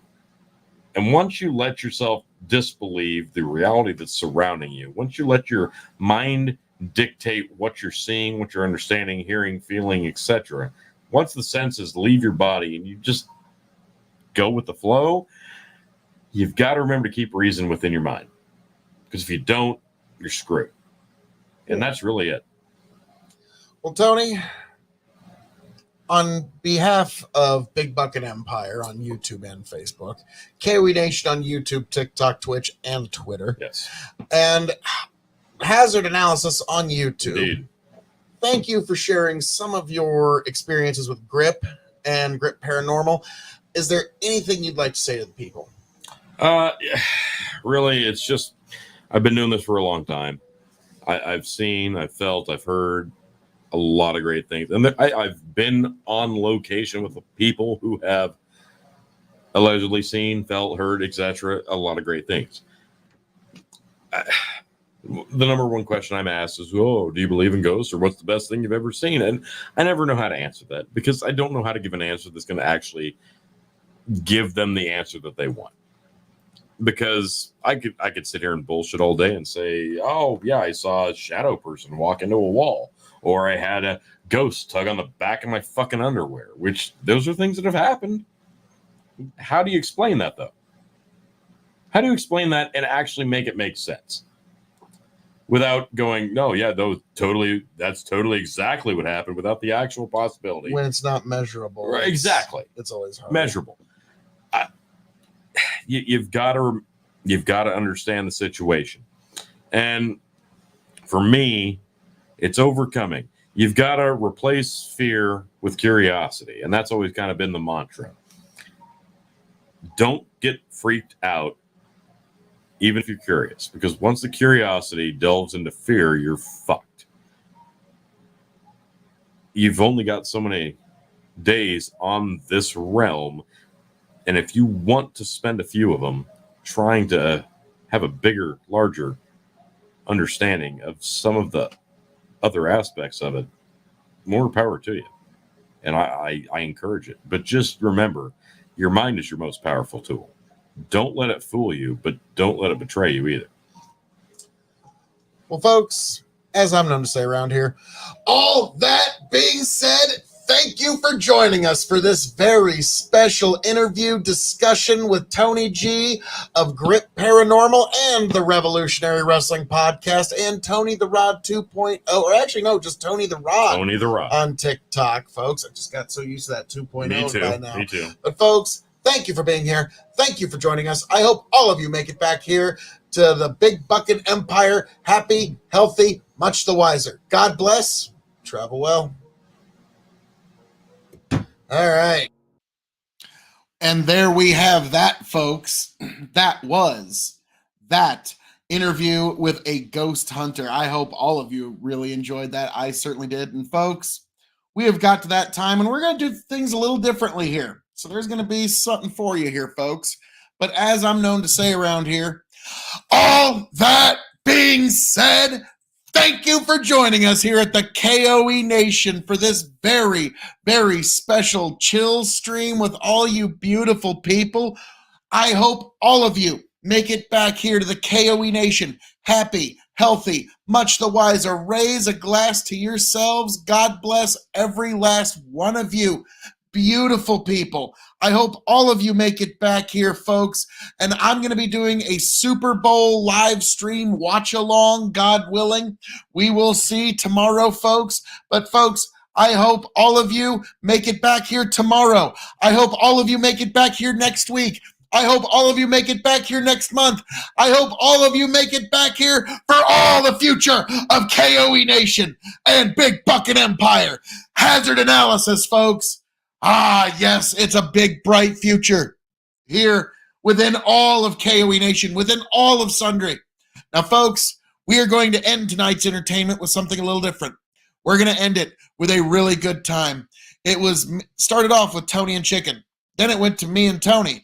Now we're going to end it with a really fun time between me, Tony, and Chicken. This will be the end of tonight's entertainment. Spare us getting like a massive raid or something.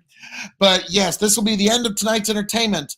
Me, Tony, and Chicken reviewing Wild Turkey 101 12 year. This was a really fun time. Folks, God bless every last one of you. Travel well. You have arrived at the K.O.E. Nation. Clap. Welcome, one and all, to the K.O.E. Nation for a very anticipated spirit review of Wild Turkey 101, aged 12 years. I am your king of extreme, Phil K.O.E., the man of the hour, the man with the power, the man that makes the other podcast cower, the prince and potentate of the political parlance, the lord of the Scottish Highlands. One damn handsome man, if I do say so myself. And I am joined here this evening by my indomitable broadcast partners. The one, the only. Chicken, you're a big bucking emperor. Try to keep this short so we can drink this amazing juice. And your 15-time Revolutionary Wrestling Podcast champion, non-chill filtered, quadruple distilled, Blendmaster himself, and God damn Wild Turkey loving son of a bitch, Tony fucking G, Linktree/Tony the Rock. So this was your present at the gift exchange, T. A 12-year Turk from Wild Turkey. Just gonna go ahead. Oh God, it's just... there. It is. That's the presentation, there, folks. It truly is beautiful. It really is. That's yeah. Well, Tony, go ahead and start pouring. I'll read off the back. Oh of no! this here. Really? You're like Chicken's gonna start. I have eyes too. Okay. I mean, we usually trust on 2020. I also have eyes. Yeah. Well, He's always like, Tony's got 20/20 vision. I'm like, what the fuck do I have? 2015, actually. Chopped liver vision. Yeah. Wild Turkey, aged 12 years. My son Eddie and I have dedicated our lives to distilling real Kentucky bourbon. You could say it runs through our veins. We've been doing things the right way since day one, staying true to the traditions and processes that have been used for over 100 years because good things take time. This 12-year-old bourbon is no exception. I might have gone a little loose. There you go. I've been told this bourbon is a bit like me, aged longer for more character. I like to think there's a story in every bottle. I feel the spirit of Kentucky with its rolling hills, rugged wilderness, and bold colors. Taste the richer, more generous flavors you only get, taste the rainbow. You only get from bourbon matured at the highest level of char possible. Go ahead, close your eyes, smell the bourbon first, then let the flavors roll into your mouth. That's the real way to taste the true character of this 12-year-old Wild Turkey Kentucky bourbon. Jimmy Russell. God.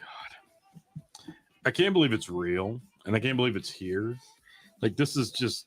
And it came from Japan. Yeah. I can, like, taste this has tasting notes on the back, we'll so I'm not that. going to... Yeah, let's not... Yeah, we don't want to touch that yet. I'm just... Yeah, Tony's just gotten this bottle tonight. I've been hanging on to this bottle at my house for months, well over half a year, in anticipation of this, because I always put a lot of thought into Christmas. And it's as you can tell, it's always a holiday I kind of freak out for because I love it. And so what's the proof on this? 101. You know, it seems, yeah, it's their 101 best age proof. 12 years. Perfect. 101 proof. Wild Turkey 101 is it's my Buffalo Trace. It is my go-to. It is my standard in bourbon. I will, if that's what the bar has, that's what I'm drinking, and I will grab that before I grab some other stuff. I know this is gonna sound kind of weird better, to some of y'all, but Tony, if he had to choose between, like, you can only have one distillery till the end of your time, but you could have everything from that distillery. I know most people would pick Buffalo Trace. I think Tony would probably go Wild Turkey. I might go Turkey, Maker's Mark, then Buffalo Trace. Damn. Okay, I would be pretty much actually the opposite flip of that. Buffalo Trace, Maker's Mark, Wild Turkey, because I respect the turkey, but man, I'm with Phil on like, that one. yeah, there's some amazing stuff in those other two places. I'm a big turkey fan. I never used to be as much until like Tony's kind of forced it down my throat a few times. But now I often will just go grab Turkey 101. It's a cheap, great option to just sip on. To me, it's right up there. Like I drink it all the time now. Wild Turkey 101 is right up there with Old Granddad 150. I even like the rye. The 101 rye is even good. Yeah. For 12 years, It's I delicious. should be getting a lot more oak on the nose. Instead, it's just a lot of caramel. It's very sweet. Caramel, little chocolate, and almost like a citrus or it's orange. Or is it orange? It's orange. It's an orange citrus. Yeah. I get it. Yeah. It's like a chocolate orange, like you get at fucking Christmas time. Literally. Oh my God. That's exactly what it is. Oh my God. Yeah. It's the tinfoil chocolate orange. What? Gentlemen, this does not smell like all for one. It smells delicious. One for all. Slangeva.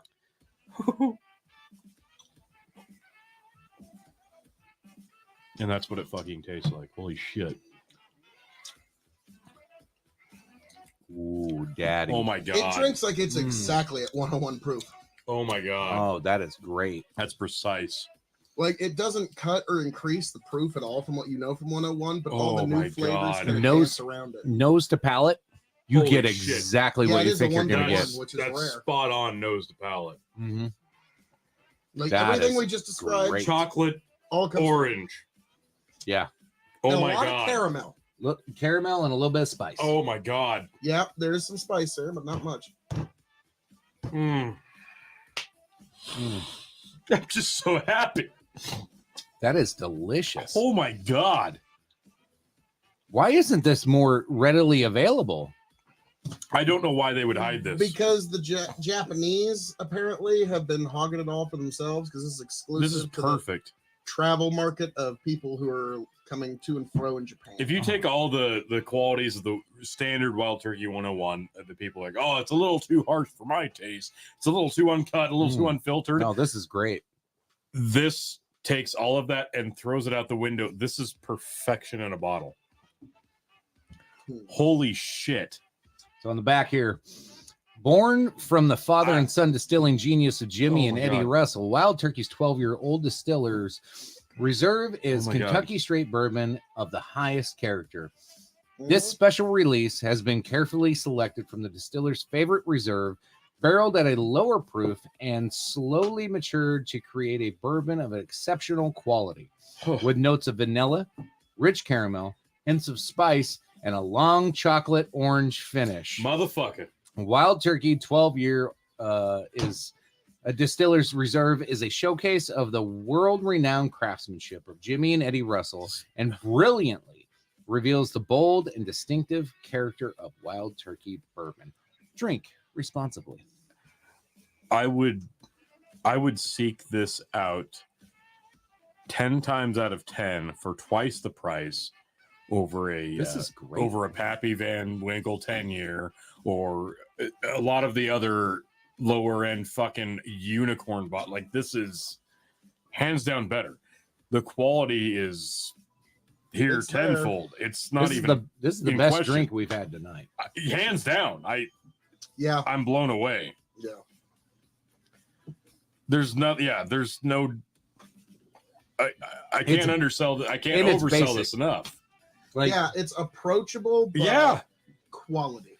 Yeah. This is whiskey masterclass at its finest. Like, this is how you do whiskey. Almost like the Russells kind of know what they're doing. Yeah. The Russells Like they've done it know once or what the twice. fuck they're doing. This is amazing.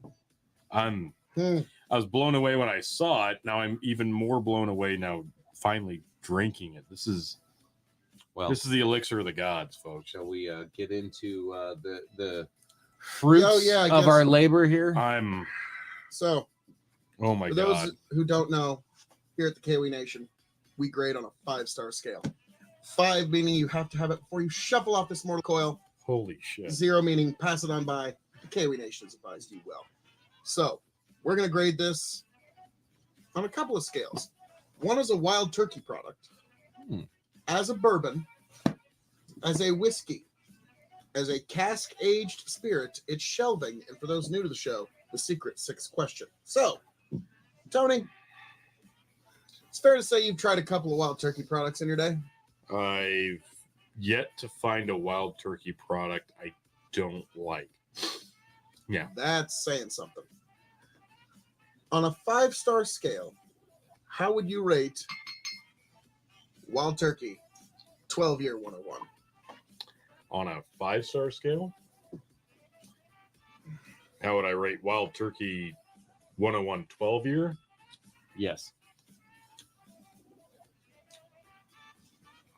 5. Count them 5. 5 stars. This is, without a shadow of a doubt, the best wild turkey product I've had. And I mean, this is including the rye, this is including the bourbon, Russell's or turkey, doesn't matter. This is so drinkable, approachable, smooth, delicious, sweet, cascade, all the endearing properties you want. And it's all wrapped up in a beautiful package at the perfect proof for bourbon. This is perfection. This is magnificent. I can't really add or subtract anything to that. Chicken, I was going to just second that and give it 5. So I'm gonna have to go 5. 5 For is sure. a wild turkey. 5 as a wild turkey. Now we're going to get into some more fair metrics here. Okay. Because it's kind of like, judging William LaRue Weller as a Buffalo Trace release. It's like, yeah, obviously. Yeah. But, all right. Now, as a bourbon, putting this up against all the bourbons and all creation. Tony, I'm going to let you open this one up again. This is a well-respected distillery. This is 101 proof. This is as bourbon as it gets. It's 12 years. There's literally nothing to talk about in terms of it not meeting expectations. True. 5 as a bourbon. Chicken as a bourbon. I'm not gonna slap the wall. Okay. But I'm gonna come goddamn close to slapping the wall.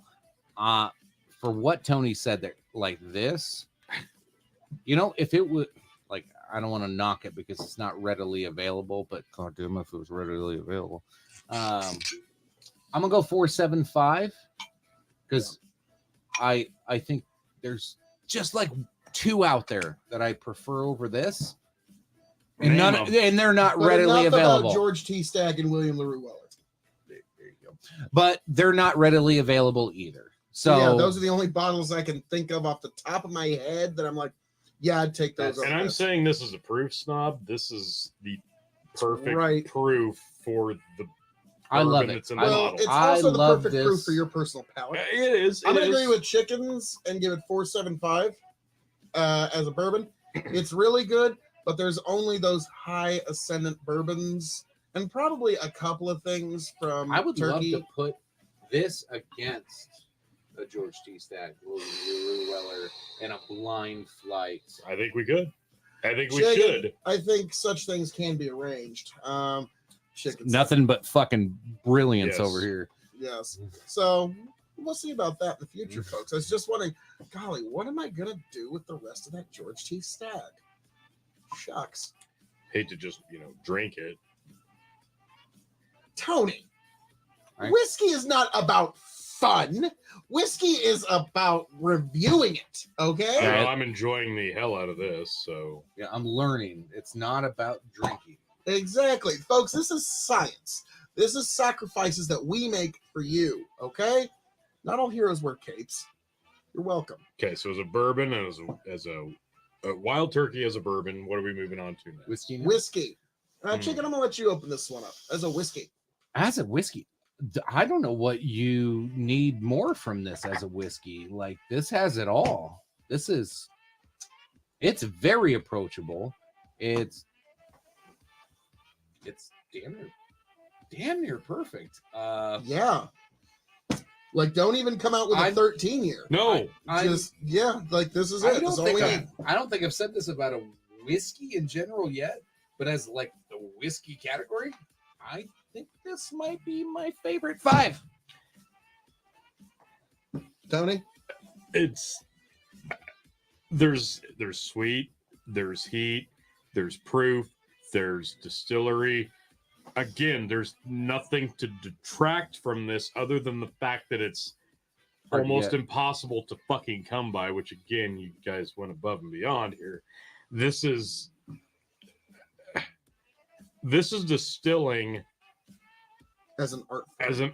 As an art form. Like, this is there's nothing to not like here. Sweet, heat, whiskey. 5. Okay. All those things being said, I'm going to agree with everything you guys said. I'm going to add something here. It's something you didn't even think about because it's almost sacrilege to even think about it, but cocktailing with this, I get it. Oh no, you could. That's the beauty of it. That's what I'm saying is like everything you could cocktail a whiskey with, and even something like this is going to sound like sacrilege. Don't do this, but like, it's your whiskey. You do what you want. But don't. You could mix this with orange juice, and it would still be tremendous. That's I don't ever recommend making that cocktail ever under any circumstances. No. With any whiskey, but this one you could even do just basic things like that. There's some asshole going, Phil K.O.E told me. This may literally be one of the. No, he's gonna try it. And he's gonna be like, "Damn, he's right. That is pretty fucking good, man." I know I'm fanboying out here, but like, no. Literally, this is one of the best base spirits for a cocktail that you could possibly hope for. Literally, like you said, orange juice would work with this. Coke. Anything. Root beer. You shouldn't. So that's why 1, 2, 3, 4, 5 stars as a whiskey. Yeah. Because there's so few things in the wide world of whiskey that could swing with this. And we kind of mentioned them a little earlier. And in the wide world of whiskey, there's a few scotches. A few. There's a handful of Irish whiskeys. Maybe 2 Canadian whiskeys that could even swing in this weight class. Okay? Like, true. It's very slim. So this is kind of like, this is the 1% of whiskey. Anybody need more? Because I do. I'm probably good for a minute. Yes, anyways, Daddy. Chicken's like, I'll Hell since you're topping off, and since it's my last drink of the night, this will be Tony spilled a few. He looks it up. Okay. Tony's like, we are not editing that out. No. Look me in the eye as you do it. So, as a cask-aged spirit, Tony G, actually, let me start. Yeah, you start. There's so many amazing cask-aged spirits, but this one, except because we know so well what Wild Turkey 101 is. It's great, nice, lovely, approachable product for not a lot of money. Yeah. This demonstrates what a cask can actually do if done right, because the Russell family in America is one of the few last families that you can trust their distilling product. Now, all the other big like Maker's Mark used to be a family company. Now it's a major conglomeration. There's more than one hand. There's more than one chef in the kitchen, if you will. And I'm not saying it's a bad thing. I'm just saying Maker's Mark is a different way. Wild Turkey is kind of the last way of how the great American business used to be. Okay, I'm father, and I'm passing this business down to my son. The son learned everything there is to know from me, and he's gonna take care of it. And so this is like, this was Father Russell at the peak of his career, was when this was barreled. Okay. Yeah. And Son Russell, this represents his time of learning all the tricks of the trade. So this is amazing. So I'm going to have to give, I have no choice but to give this 5 stars. Chicken. I cannot find a reason to knock it down. This is Ascended. This is beautiful stuff. 5. Tony G? I think I know what he's going to do here. I gave it 5 as a wild turkey.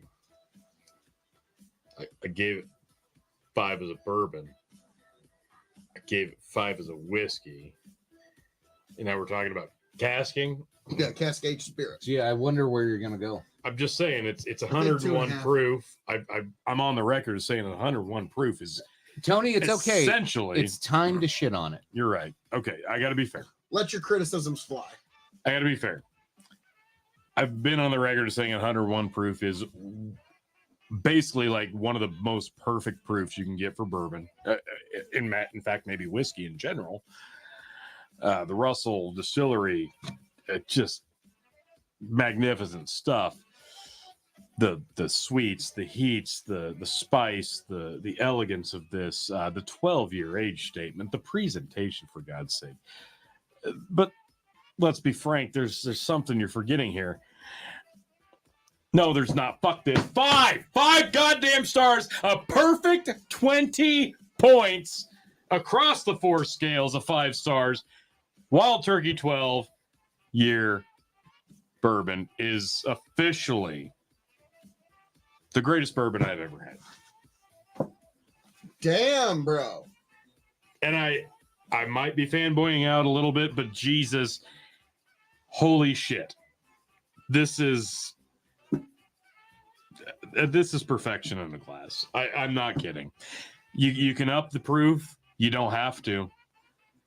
This profile, this age statement, that proof, everything about this is exact. They didn't do 11, they didn't do 13, they didn't up, they didn't down the proof. They knew exactly what they were doing.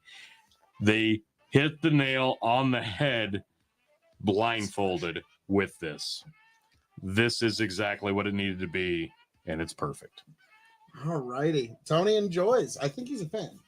A little bit. I think this is the highest. That is perfection. This is Tony's highest rated. Hands down, and it's not even close. This is pretty close to my highest. This is well. Hands down. I can only think of a handful that I would put above it. This is incredible. There's not many. So, well done. I'm blown away. Tony, here's the thing. This would be an excellent entrant into next year's bourbon tournament, or the 2024 bourbon tournament, where this gets uploaded. The biggest problem is, will this bottle be able to survive that long? Yes, it will, because apparently we need to start filming in January. No, this is something that others do need to taste.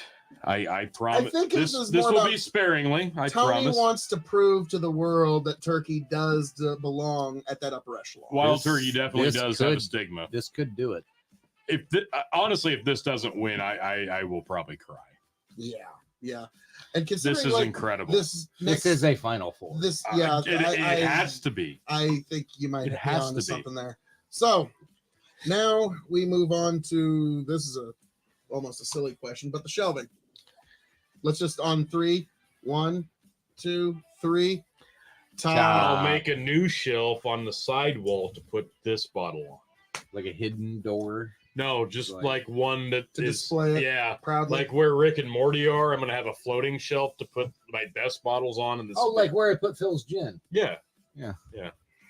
So basically, it's a shelf that, like, so when the kids get a little older, they know absolutely do not rip off from this shelf, or else you're gonna have to get yourself an apartment. This one would go in the safe. This one would, this is yeah. No. Okay, yeah, it's top shelf. And the beauty of this to me is the fact that this is not extremely far removed from standard Wild Turkey 101.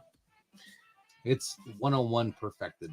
Yeah, it's you take your base recipe, and mind you, the standard is the 86 proof, which is watered down 101. I get why you make it, but you don't need to. And then you took that and you perfected it and you made it almost unavailable. Why would you do that? people in America where you make this. And they send it to another place. Fuck are you doing? So overall, 2 stars. Give it to us now. Because this is pretty much all I would buy. Yeah. I would have 20 bottles of this. Yeah, He's not wrong. This would be his Blanton's. This is all I would buy. He'd be like, hey, there's been a run of these where the tea in Kentucky is a little splotched. So I'm going to collect as many of those as I can. Now You can even do fun courts. Now here is the secret Put turkey court. 6th question. Yeah. I like that. That is brilliant. I like that. I put a turkey on it just to fuck with Buffalo Trace. All right, the secret 6th question is: when this bottle runs empty, will you seek another? I paid $220 USD for this bottle. It's a lot of scratch. No, that makes sense. And You would? I pretty much, if I don't have a bottle of this now, you want to cry? I'm gonna be like Rambo First Blood trying to get one. Fair. Okay, all right. Yeah. Chicken. After having tried it, yes, damn right. Oh Prior my to God. trying it, I would get hesitations for that kind of dough where some people might not pull the trigger on it because that's a last scratch for something you don't know. But now that trying it, and it delivers exactly like it says it's going to. The reason I got it is because I knew, like, for Tony, he was gonna freak out. And Yeah. it was the best. Like, it's gonna be worth it for. And like now, Tony, I think we can still do the tournament if it's down to the turkey feet. I promise I'm gonna be like very, very. But like obviously, like Super Bowl Sunday and such, you I probably still gonna have some to- Glenfiddich 21 year, barely. I was about to say you do have some pretty good bourbon over I there. like but- to hold on. I was about to say, chicken. I hate to finish a bottle. Like he is running out over there. He might have It's to get starting to into this overseep on the shelf, but yeah. Yeah. So, gentlemen, this review of Wild Turkey 12 Year has been ascendant. And gentlemen, and all you folks at home, as I'm known to say around here, all that being said, thank you for joining us here at the KOE Nation for this very special, and for me anyways, long anticipated spirits review of Wild Turkey 101, age 12 years. I am your king of extreme, Phil K.O.E., the man of the hour, the man with the power, the man that makes it the podcast hour, the prince and potentate of the political parlance, the lord of the Scottish Highlands, one damn handsome man if I do say so myself, Phil K.O.E. And you can, of course, find me at KOE Nation on YouTube, TikTok, Twitch, and Twitter. Yes, folks, that is KOE Nation on YouTube, TikTok, Twitch, and Twitter. God bless every last one of you. I hope all of you make it back here to the KOE Nation happy, healthy, much the wiser. Raise a glass to yourselves, and I hope all of you make it back here to the KOE Nation. Tony, Chicken, take it away. Appreciate y'all tuning in. As always, this was fantastic. Look forward to the next one. Appreciate you. Love you. Tony. The greatest bourbon ever. Forever. Here. Bring it to fucking America. The ultimate bourbon Of ultimate destiny. Dun, dun, dun, dun, dun. Boom, boom, boom, boom, Peace, boom, y'all. boom, boom, boom, boom, boom.